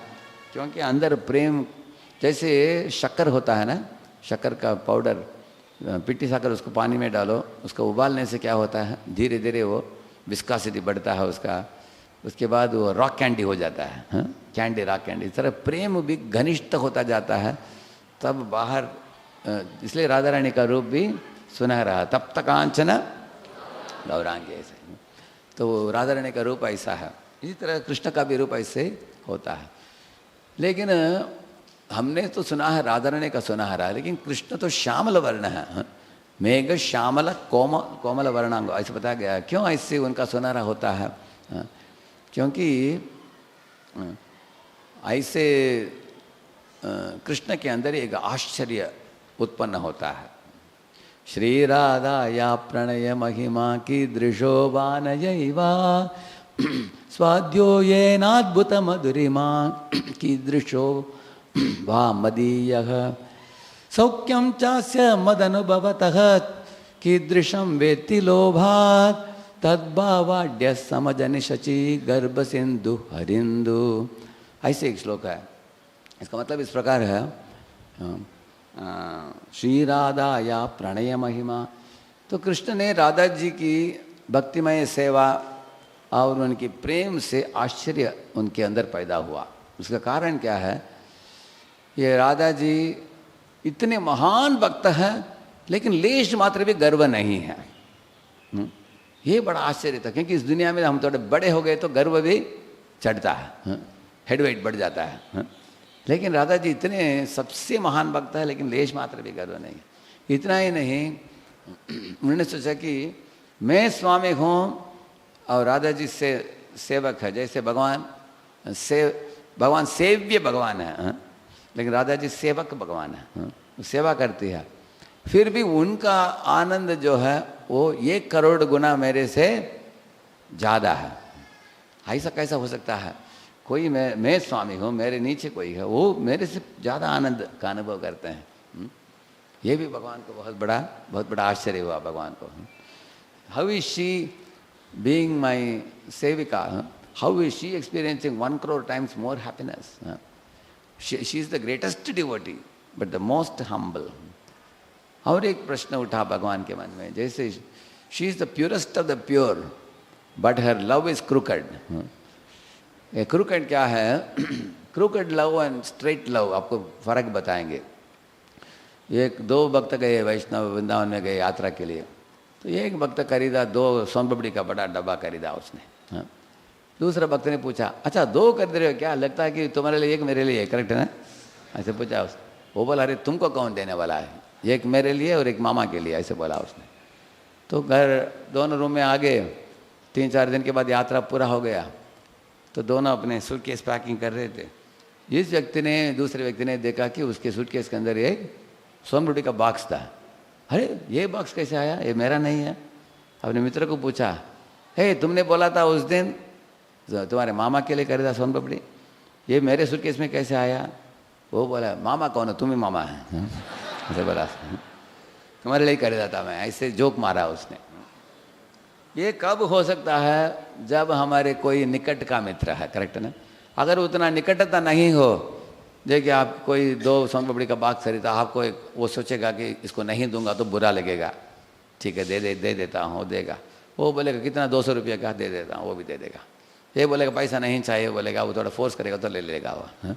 ठीक है ठीक है ठीक है, एकदम फॉर्मल रिलेशन है। तो ये फॉर्मल रिलेशन में उतना मज़ा नहीं है, हाँ, लेकिन इनफॉर्मल रिलेशन में मज़ा ही मज़ा है। जैसे अगर 2 लोग मित्र हैं पड़ोस में ठहरा है, मैंने खुद देखा है, हाँ? कोई मित्र घर के निकट रहते हैं, वो सीधा आएगा मेरे घर में और अंदर घुस जाएगा, फ्रिज को खोल कर सैंडविच ले लेगा, है और ऐसे आराम से इसी चेयर में खाते हुए मेरे साथ बात करेगा, है? तो कोई बोलेगा अरे घुस गया सीधा किचन में, है? कब हो सकता है वो, जब निकटता है। निकटता नहीं है तो आप दरवाजे में खड़े होकर बोले प्लीज़ मैं कम इन, ऐसे पूछेंगे आप, है? इस तरह है। तो love is crooked, the kind of Vrijabhasi's love is very intense and Vrijabhasi can even trick Krishna, play with Krishna. ये बहुत लंबा विषय, उसके बारे में मैं ज़्यादा नहीं बोलूँगा, है? लेकिन ये भगवान इन चीज़ों को देख कर, राधा जी को देखकर बहुत आश्चर्य हुआ। तो तब उन्होंने बोला श्रीमती राधा रानी को, लगता है कि मेरे भक्त मेरे से ज़्यादा ही आनंदित हैं, मैं भी उनका आनंद का अनुभव करना चाहता हूँ। तो 3 चीज़ भगवान समझना चाहा कि the glories of Shrimati Radha Rani and the greatness of her devotion, Radha ji की महिमा और राधा जी की भक्तिमय सेवा की कैसे वो पराकाष्ठा है, उसके बारे में जानना चाहा भगवान। दूसरा है मेरे में क्या है जिसके कारण सब सारे दुनिया के भक्त मेरे ओर आकर्षित हो रहे हैं, उसका कारण क्या है। जैसे एक सुंदर कमल है, कमल के अंदर शहद मधु है, लेकिन कमल समझ नहीं पाएगा मैं कितना सुंदर हूँ, कितना सुगंधी हूँ, कितना मधु है, मिठास मधु में, वो सब कमल नहीं समझ पाएगा। कौन समझ पाएगा? हाँ, जो बौरा होता है, भ्रमर, वो समझ पाएगा। तो भगवान ने सोचा कि मेरे बारे में मेरे अंदर क्या है, भक्त लोग इतना मेरे गुणगान करते हैं, मैं वो भी चखना चाहता हूँ, वो भी समझना चाहता हूँ। एक इधर ही उधर फोगला आश्रम में एक महाराज जी एक बार थे, फोगफल आश्रम में क्लास दे रहे थे सुबह। तो गौरंग प्रभु जाकर महाराज को बोला कि महाराज जी थोड़ा प्रसाद सेवा के लिए थोड़ा हेल्प चाहिए भक्तों से, थोड़ा आपके लेक्चर के एंड में 5 मिनट बोल दीजिए सेवा का महत्व, ताकि भक्त लोग आकर हमको हेल्प करें। तो महाराज जी बैठे, वो तो 11 to 1 लेक्चर था, पूरा लेक्चर महाराज दे दिया किसके ऊपर? सेवा के ऊपर। महाराज को ये टॉपिक इतना अच्छा लगा सर्विस एटीट्यूड। वो होने के बाद 800 लोग क्यों में खड़े हो गए प्रसाद सर्विंग के लिए। गौरंग प्रभु बड़े दुविधा में पड़ गए, अभी कैसे बिठाएंगे इनको। भक्त लोग बोले नहीं, तुझे महाराज ने बोल दिया हमको सेवा करना। अभी बहुत तकलीफ उठाकर उन्हें बिठाया लोगों को, तो सर्विस हुआ। तो अगले दिन महाराज ने पूछा किसको ज़्यादा आनंद मिला, जिन्होंने सेवा की उनकी, नहीं तो जिन्होंने सेवा ली। तो सब लोगों ने माना कि किसको ज़्यादा आनंद मिली? सेवा करने वाले। ये तो बहुत आश्चर्य की बात है। ये तो सेवा दे रहे हैं, बाकी लोग सेवा ले रहे हैं, इनको आनंद कैसा है? हाँ, ये भौतिक दृष्टिकोण से भी देखा जाए, आप देखेंगे अगर आपके पास 4 चपाती है, कोई कुत्ता आता है, आप पत्थर मार सकते हो, उसको भगा सकते हो, नहीं तो उसको 2 दिया, आपने 2 लिया, हाँ? तो उससे आप देखेंगे आपका सुख बढ़ता है। तो वो सुख जो निस्वार्थ भावना से आने वाली सुख, आध्यात्मिक दुनिया में जीव जो भगवान कृष्ण से निस्वार्थता का अनुभव करता है, उसका एक छाया है। What ever joy you get in selfless social service in this world is a shadow of the original selfless service that is rendered to Krishna with intense love, and the joy you get is inexplicable. ये मूल में पानी डालने से किस तरह सारे पेड़ में पानी पहुंच जाता है. Love God, love all. जो अगर कोई भगवान को प्रेम करेगा वो किसी भी जीव को क्लेश नहीं दे सकता है वो, क्योंकि सब जीवों को, जैसे प्रभुपाद ने बोला एक बार, अगर मैं बोलता हूँ आपको बहुत प्रेम करता हूँ, आपको बुला कर एक कैंची लेकर आपकी उंगली को काटता हूँ, आप बोले उंगली काट रहे हो, हाँ नहीं नहीं, हाँ तुमको प्रेम करता हूँ लेकिन उंगली को प्रेम नहीं करता. ये हो नहीं सकता. हाँ, अगर व्यक्ति को प्रेम करते हो तो उंगली नहीं काटोगे आप. इसी तरह सब जीवों को भी हम प्रेम करेंगे. किसी जीवों के साथ, किसी जीव के साथ हमारा झगड़ा नहीं होगा. हाँ, सब जीवों में हम उनके हृदय में कृष्ण को देखेंगे हम ऐसे. इसलिए भगवान ने बोला राधा जी को, इस तरह मैं अनुभव करना चाहता हूँ. राधा जी ने बोले ये तो हो नहीं सकता. हाँ, आप कैसे अनुभव कर, हम सब लोग आपके दास हैं, आपके सेवक हैं, आप कैसे, हमारा हृदय का अनुभव आपको कैसे पता चलेगा. तब अचानक राधा जी ने देखा कृष्ण के नेकलेस जो था उसमें एक पेंडेंट था. पेंडेंट जानते हैं, पेंडेंट का मतलब बड़ा मोटा होता है. तो उधर से एक तेज निकलने लगा. हाँ, एक रोशनी निकलने लगा, वो राधा जी के चेहरे में आया ऐसे. उसके अंदर उन्होंने एक अद्भुत दृश्य देखा. एक खूबसूरत व्यक्ति जिसके घुंघराले बाल थे, कृष्ण जैसे ही दिख रहा था वो, लेकिन उनका रंग था गौर वर्ण, सुवर्ण वर्ण था उनका. उनकी आंखें भ्रमर जैसे बड़े थे. बहुत चंचल आंखें थे, भ्रमर जैसे पड़े थे ऐसे. और उसके साथ अनेक लोग थे. एक नदी, तेज से प्रवाहित होने वाली एक नदी के तट में, सुनहरा तट था वो, उस तट में वो नाचते हुए आया. लेकिन अनेक भक्त लोग भी साथ में थे उसके साथ. सब लोग मृदंग बजाते हुए, कीर्तन करते हुए, हरे कृष्णा कृष्ण कृष्णा हरे हरे, हरे राम राम राम हरे हरे, हरे कृष्णा हरे कृष्णा.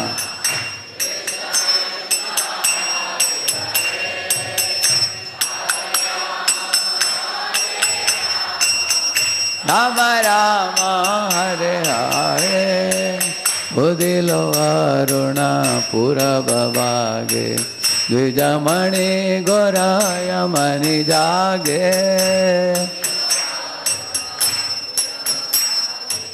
द्विजमणि गोराय मणि जागे, भक्त समूह लोहिया साथे, गेला नादर ब्राजे.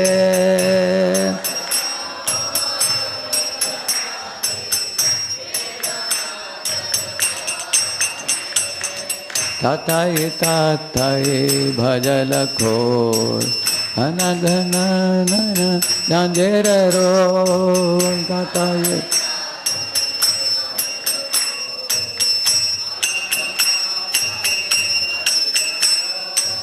प्रेमेडलाडल सोनार अंग, चरणी नूपुर बाजे.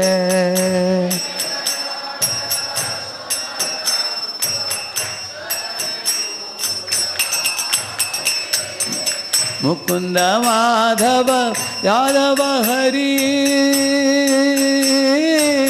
बोले न बोलो रे वदन भोरे.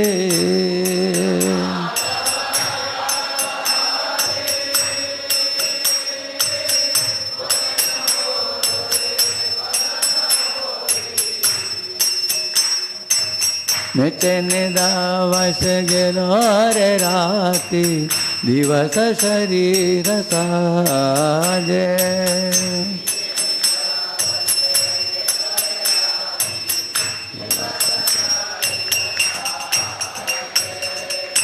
इस गीत में बताया गया है कि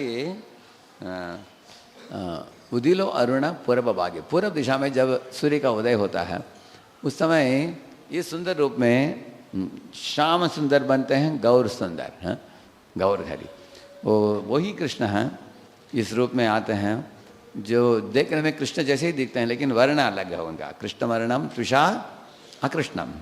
उनका सोना का रंग है, सोनारा अंग, चरण नूपुर बाजे, उनके चरण में नूपुर है और सुनहरा रंग है, उनके घुंघराले बाल हैं, बहुत खूबसूरत वदन है उनकी। अनेक भक्तों को साथ में लेकर प्रातः काल में प्रभात फेरी निकालते हैं हरिनाम करते हुए। अनेक लोग अपने घर से बाहर आकर देखते हैं क्या चल रहा है सड़क में, और सबको बोलते हैं मुकुंद माधव यादव हरि, बोले ना बोलो रे, वदन बोरी, बोल रहे हैं कि सब लोग अपने मुख भर के भगवान का नाम लो, बोलते हैं। सब लोग बोलिए मुकुंदा माधवा यादवा हरि। तो वदन बोरी क्यों बोलते हैं? कुछ लोग संकोच करते थे, मुकुंदा माधवा बोलते थे, हैं बोलते थे, संकोच क्यों करते हो? वदन मुख भर भर के नाम लो भगवान का। हैं प्रभुपाद जी जब वृंदावन में थे, कुछ अमेरिकी भक्तों ने पूछा, प्रभुपाद जी हम भारत में आए हैं, हमको क्या पैंट शर्ट पहनना है, हमको धोती कुर्ता पहनना है। तो प्रभुपाद जी बोले हमारा स्टैंडर्ड धोती कुर्ता, इसको क्या बदलने का।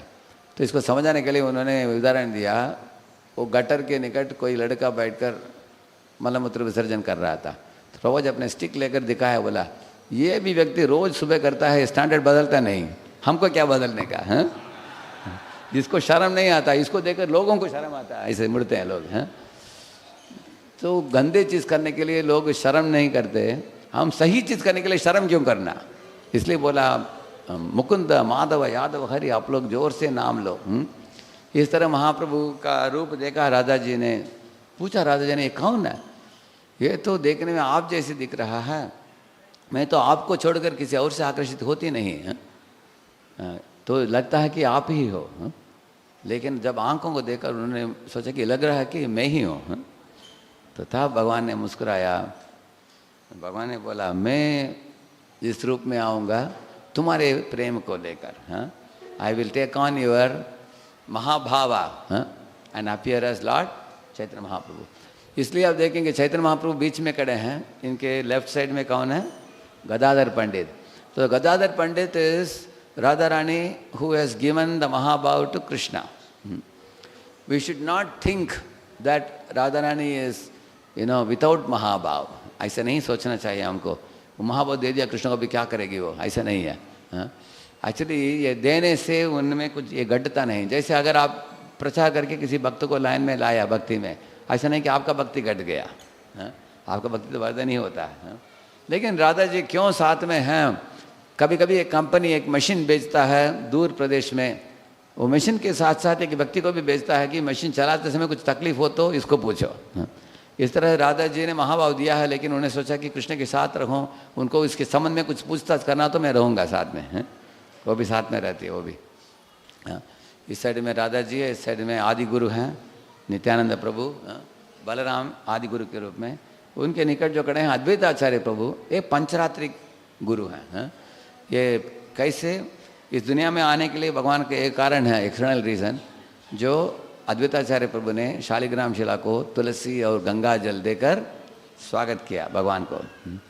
तो बहुत सुंदर रागश्री में गाकर उन्होंने स्वागत किया भगवान को। हरे कृष्णा हरे कृष्णा कृष्णा कृष्णा हरे हरे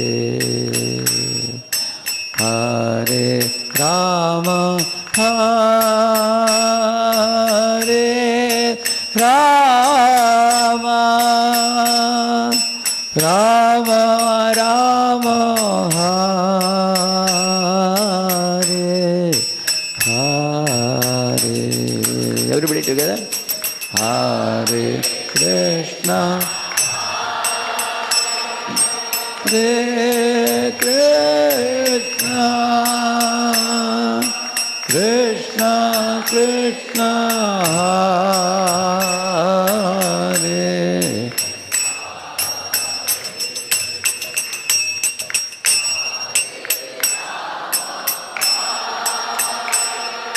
Hare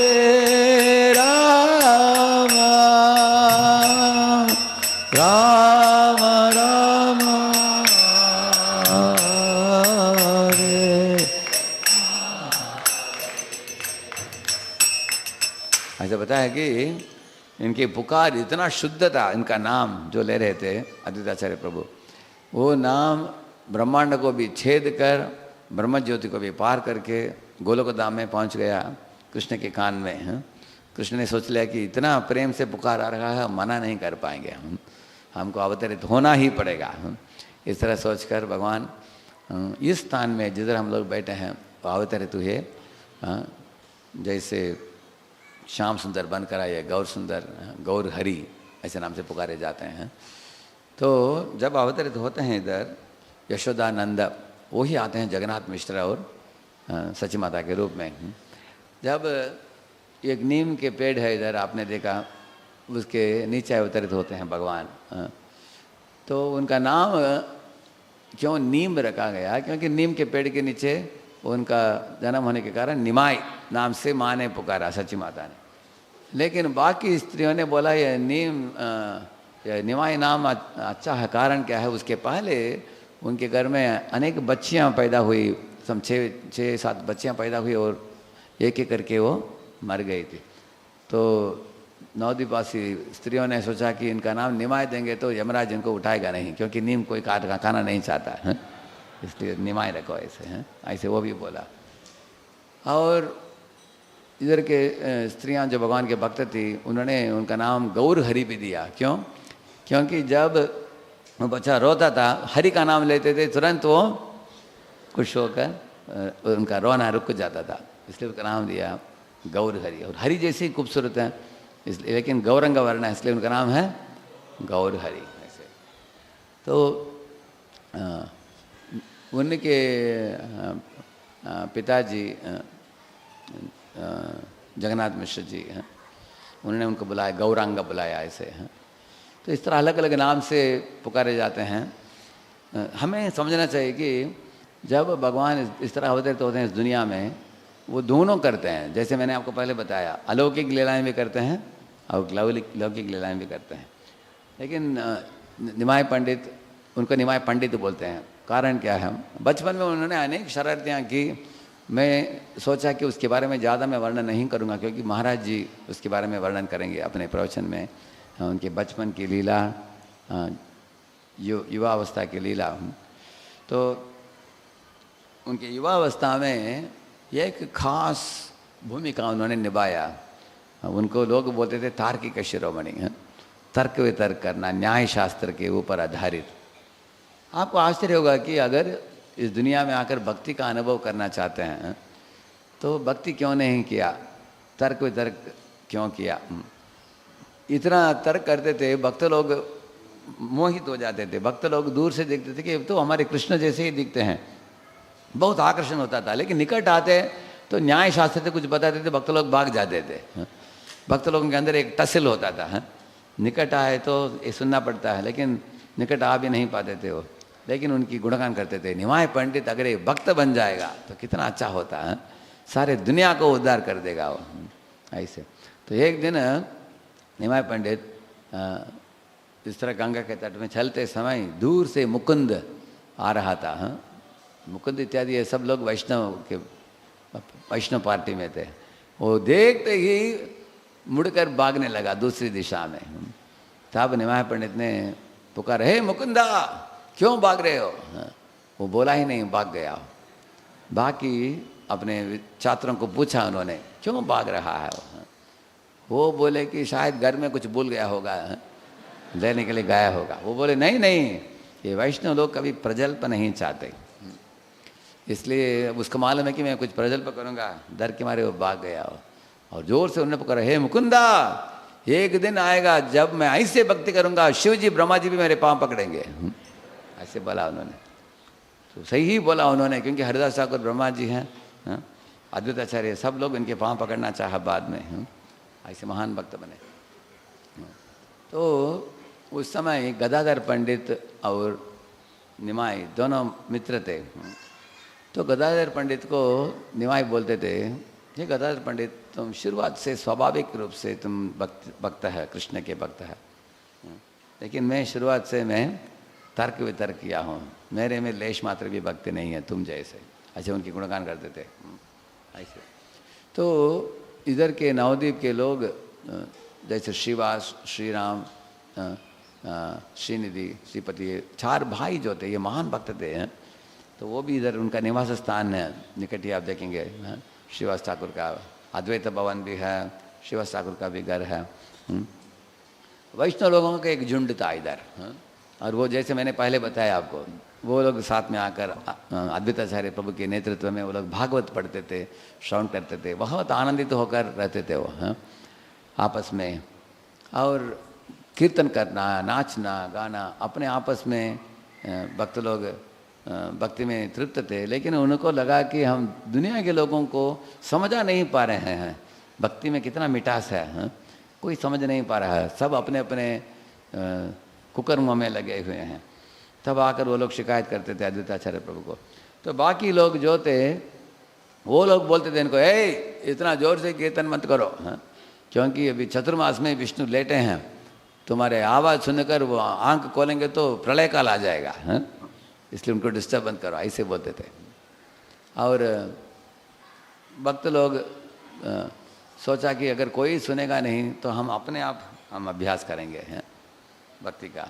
तो अद्वैताचार्य प्रभु ने बोला कि मैं भगवान को खुद ही निमंत्रित करूँगा इधर आकर, हम इस दुनिया के सब जीवों को उद्धार करने के लिए। तो इसलिए मैंने अभी गाया, मैं रागश्री ऐसे गाकर गंगा जल अर्पित करके, तुलसी अर्पित करके शालिग्राम शिलकों ने प्रार्थना की भगवान को। भगवान ने उनकी पुकार को गंभीरता से लिया, इसलिए वो पंचरात्रि के गुरु हैं। और इस साइड में कौन है? श्रीवास। श्रीवास कौन है? नारद हैं, वो भागवत गुरु हैं। हमको 2 विधि सिखाया गया इस परंपरा में, पंचरात्रि की विधि और भागवत विधि।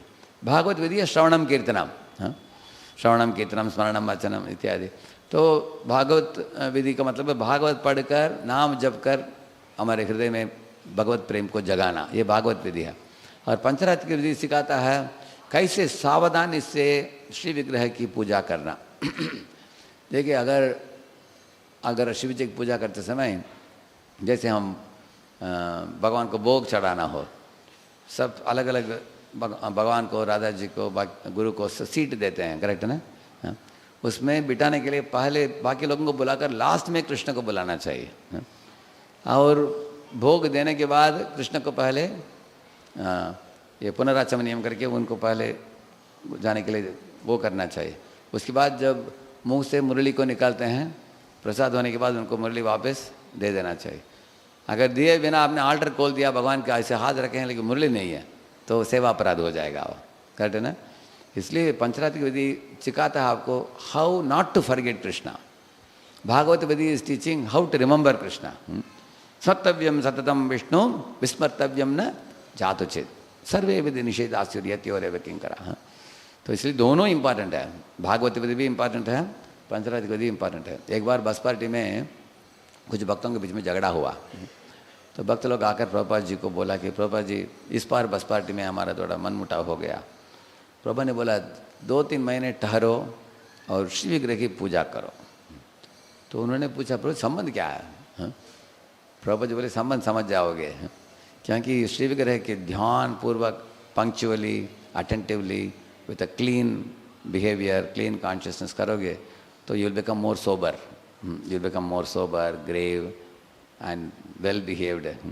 तो इसलिए पंचरात्रि दोनों करना चाहिए। तो पंचतत्व में श्री कृष्ण चैतन्य प्रभु नित्यानंद, श्री अद्वैत गदाधर श्रीवासादि गौर भक्त वृंद है।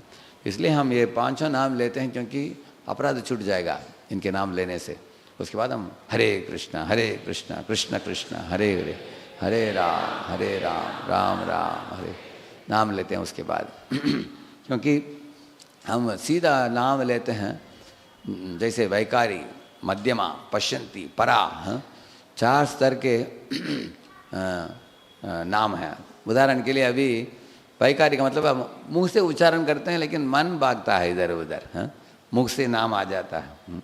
लेकिन मध्यमा का मतलब है some amount of thought also comes along with the chanting, some positive spiritual thoughts comes. And पश्यंती का मतलब भगवान का रूप भी दिखता है मन में। लेकिन ये तीनों भौतिक है। चौथा जो है परा, वो दिव्य स्तर पर है, वो शुद्ध नाम है वो। तो हम सब लोग शुद्ध नाम पर जाना चाहते हैं, लेकिन वो शुद्ध नाम में जाने के लिए अपराध रहित निष्कपट भावना से, निरपराध भावना से, निस्सहाय भावना से नाम जपना होता है। हाँ? निस्सहाय भावना में अगर कोई जपेगा उसका बहुत शक्ति है उसमें। एक श्लोक है भागवत में, पतितस्खलितो भग्न संदष्टस्तप्त आहतः हरिः इति अवशेनाः पुमान्नार्हति यातना। बताया गया कि अगर सड़क में चलते चलते कोई फिसल कर गिर गया, तत्क्षण मर गया कोई, नहीं तो कोई छत से नीचे गिरकर मर गया, किसी को मरण ज्वर हुआ वो मर गया, कुछ भी हो, लेकिन मरते समय वो हरि बोल दिया उसने। क्या बोला? तो पुमान न अर्हत यातना, वो कभी नरक में नहीं जाएगा वो, ऐसे बताया गया है। सिर्फ इतना ही बोलने का, हरि बोलने का। हाँ, ऐसा बोलने से, ऐसे अजामिल ने बोला ना नारायणा बोला, तुरंत बच गया नरक। वो नरक गम्य था वो, नरक गामी था वो, लेकिन एक नाम लिया वो बच गया वो। इसलिए चैतन्य महाप्रभु कृष्ण ही हैं, इस रूप में आते हैं, चैतन्य के रूप में हैं, आकर इस तरह का तार्किक शिरोमणि थे पहले, लेकिन ईश्वरपुरी उनके गुरु को गया में मिले, अपने पिताजी के श्राद्ध करने के लिए गए। एक बहाना बताकर गए थे, लेकिन उनका मूलभूत उद्देश्य था दीक्षा लेने के लिए ईश्वरपुरी। लेकिन ईश्वरपुरी को सेवा की थी पहले उन्होंने इधर ही नवद्वीप में। एक बार ईश्वरपुरी आ रहे थे, निमाय पंडित भी जा रहे थे ऐसे, तो निमाय पंडित के मन में एक विचार उठा कि मैंने सुना कि ईश्वरपुरी महान भक्त है, उनकी सेवा करनी चाहिए। वो उनके पास जाकर विनती किया कि मेरे घर में आइए, प्रसाद पाइए। घर में जो भी बना कर रखा था सब प्रसाद परोस दिया उनको। तो ईश्वरपुरी ने बोला कि आपके लिए कुछ रखो। वो बोला कि हम बाद में कुछ बना कर खाएंगे, लेकिन सब आप खाइए। उनको दे दिया, गुरु की सेवा की। उसके बाद गदाधर पंडित के यहाँ 7 महीना ठहरे थे ईश्वरपुरी। रोज वो कृष्ण लीलामृतम नाम का एक किताब लिखा था उन्होंने, उसके ऊपर आधारित कृष्ण लीला बोलते थे। तब गदाधर पंडित इनको भी स्वागत करते थे, निमाय पंडित को। हाँ, तब संग भी मिला उनको। तो बाद में गया में जाकर उनसे दीक्षा लेकर आए, वो इतने परिवर्तन आया था उनमें। कृष्ण को ढूंढने लगे, कृष्ण को पुकारने लगे, आंखों से प्रेमाश्रु बहने लगा। और उनके रोम कड़े हो गए। और भक्त लोग इधर जब आकर देखा, अरे निमाय पंडित इतना बदल गया, पहले इतना न्याय तर्क वितर्क करता था, अभी देखो। क्योंकि बात फैल गई तेजी से। लोग आते थे बगीचे में फूल तोड़ने के लिए सुबह, सब वैष्णव एक दूसरे के साथ बातचीत करने लगे। उसके बाद सब लोग निमाय पंडित के निकट चले गए, उनको उनके साथ में बहुत उनको साथ में लाकर। एक्चुअली इधर श्रीवास आंगन जो हम जाएंगे अभी, उधर उनका उसको रासस्थली बोलते हैं, क्योंकि उसी स्थान में संकीर्तन, जोरदार संकीर्तन हुआ उनकी निमाय पंडित की। और भी अच्छे अच्छे कथाएं हैं, जैसे नित्यानंद प्रभु कैसे आए इधर, उधर नंदनाचार्य के यहाँ। और दोनों का मुलाकात जो है, निताई गौर निताई का मुलाकात। उसके बाद जब गौर निताई साथ में नाचते थे उधर श्रीवास आंगन में, उनके रात में जो कीर्तन नृत्य होता था, भक्त लोग इतने प्रेम विभोर होते थे, क्योंकि निताई गौर के पाँव पकड़ने के लिए जाते थे और गौर निताई के पाँव पकड़ने के लिए जाते थे, और दोनों में स्पर्धा होता था ऐसे। हैं, और दोनों ऐसे नाचते थे, कूदते थे दिन रात। कीर्तन ऐसे, उधर से संकीर्तन का मिशन चालू हुआ। तो एक नाम गाते थे हमारे चैतन्य महाप्रभु उधर, कृष्ण राम मुकुंद मुरारी वनमाली। बोलिए,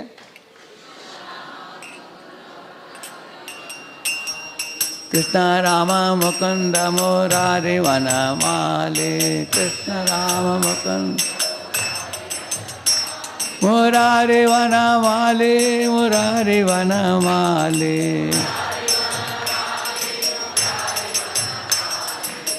ऐसे महाप्रभु गाते थे, अलग अलग नाम लेते थे। और भक्त लोग जैसे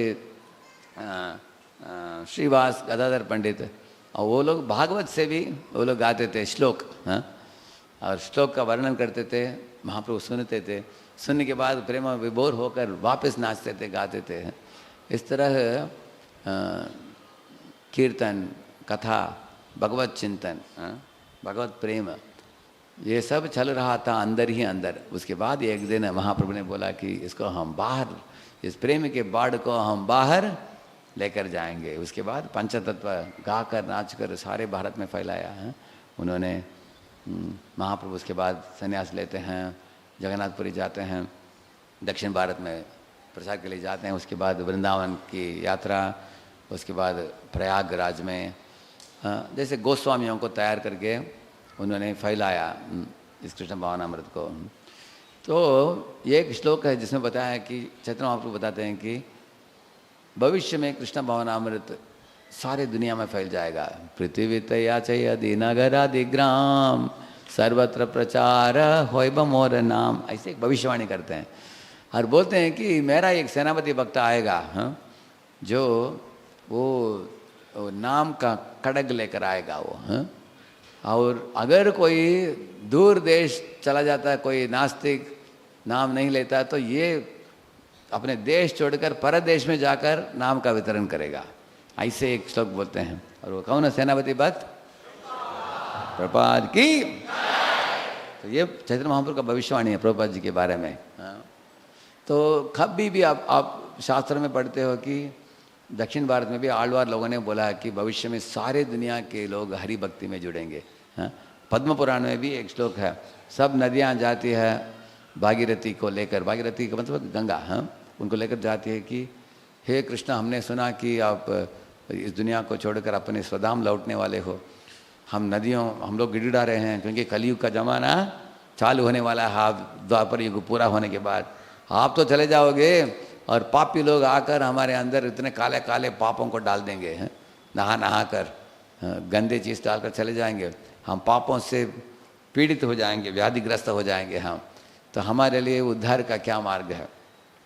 तब भगवान ने मुस्कुराया, बोला कि अब चिंता मत करो, आपने जो बोला वो सही है।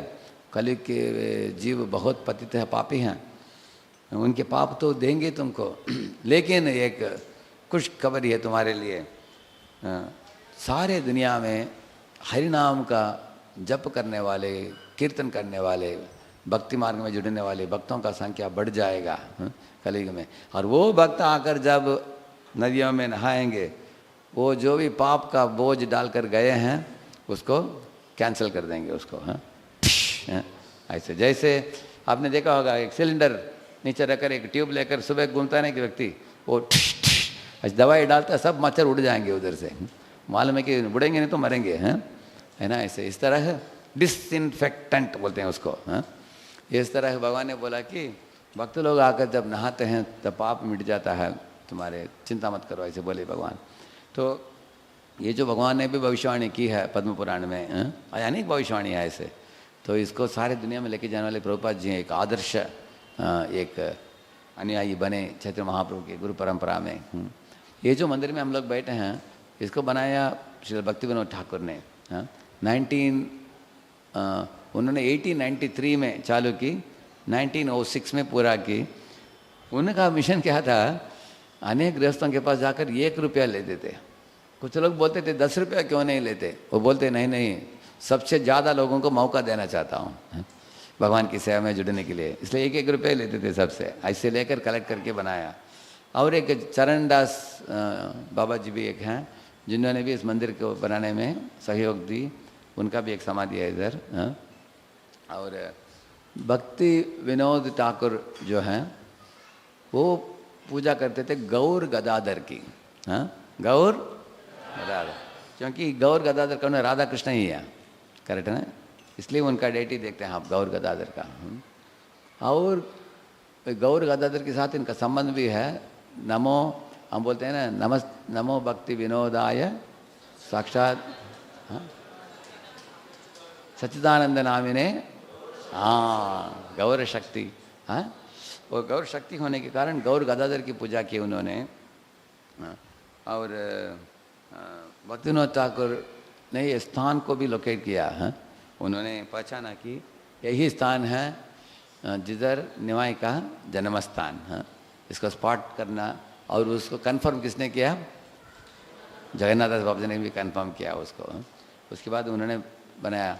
और उन्होंने भगवान से प्रार्थना की कि please send me A ray of Vishnu who will actually spread this everywhere.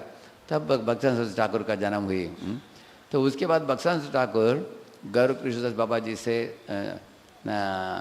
1908 उस समय दीक्षा ली उन्होंने। उसके बाद उन्होंने 10 साल 1 बिलियन नेम्स, मतलब कितना 10 करोड़ नाम, 10 करोड़ नाम जपने का एक शपथ ली। और उसका मतलब हर दिन 3 लाख नाम, हरिदास ठाकुर जैसे 10 साल के लिए की उन्होंने। तो करने के बाद वो प्रचार के मिशन में लगे। और सारे भारत में 64 मठ खोला उन्होंने। चैतन्य मठ उन दिनों में हेडक्वार्टर्स था। ये चैतन्य मठ में उन दिनों में 600 भक्त ठहरते थे। देयर वर 600 डिवोटीज इन चैतन्य मठ इन दोज डेज। और इधर से उन्होंने 64 मठ खोला भारत में।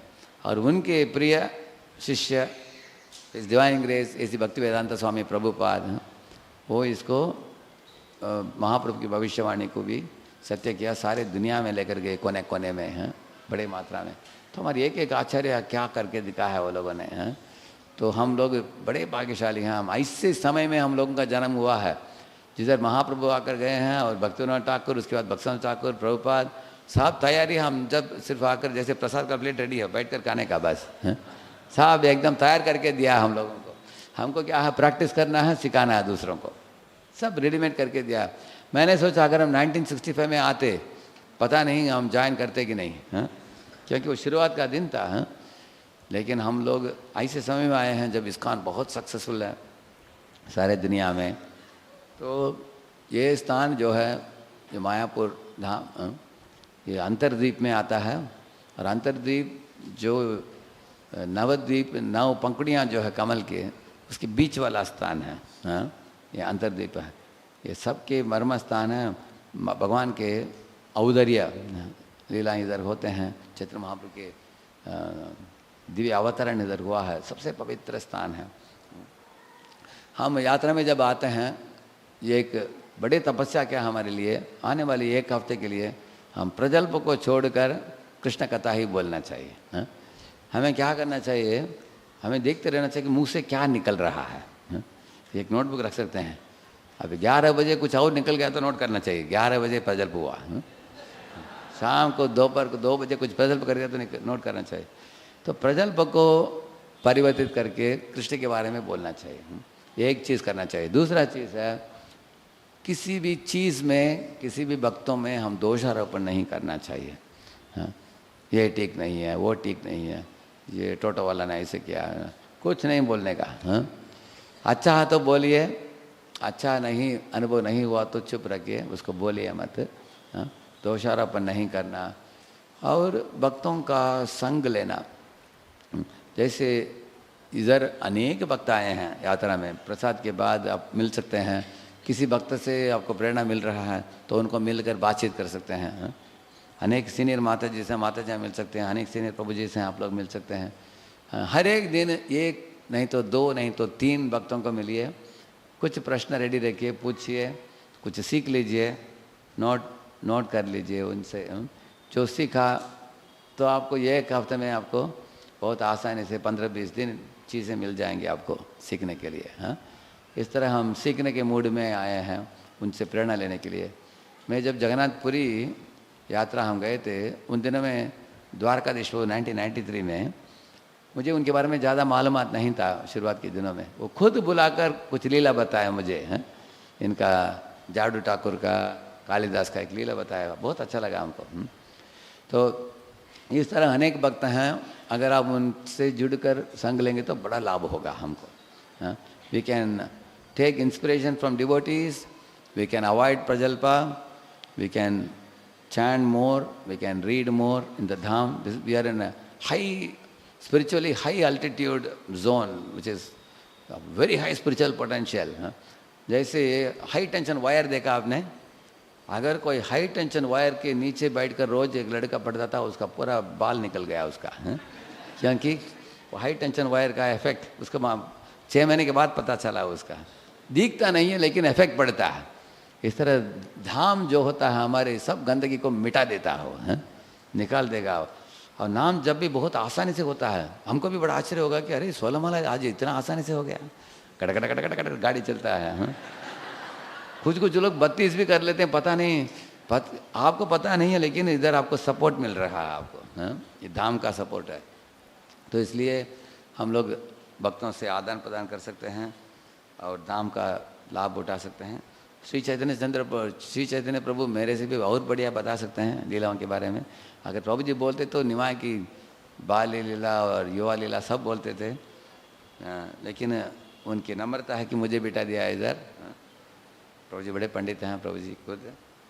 Thank you for the opportunity. Shri Chaitanya Prabhu, thank you. Hare Shri Prabhupada की, गौरांगा महाप्रभु की, गौर निताय की, पंचतत्व की, श्री राधा माधव की, लक्ष्मी नरसिंह देव भगवान की। Thank you very much.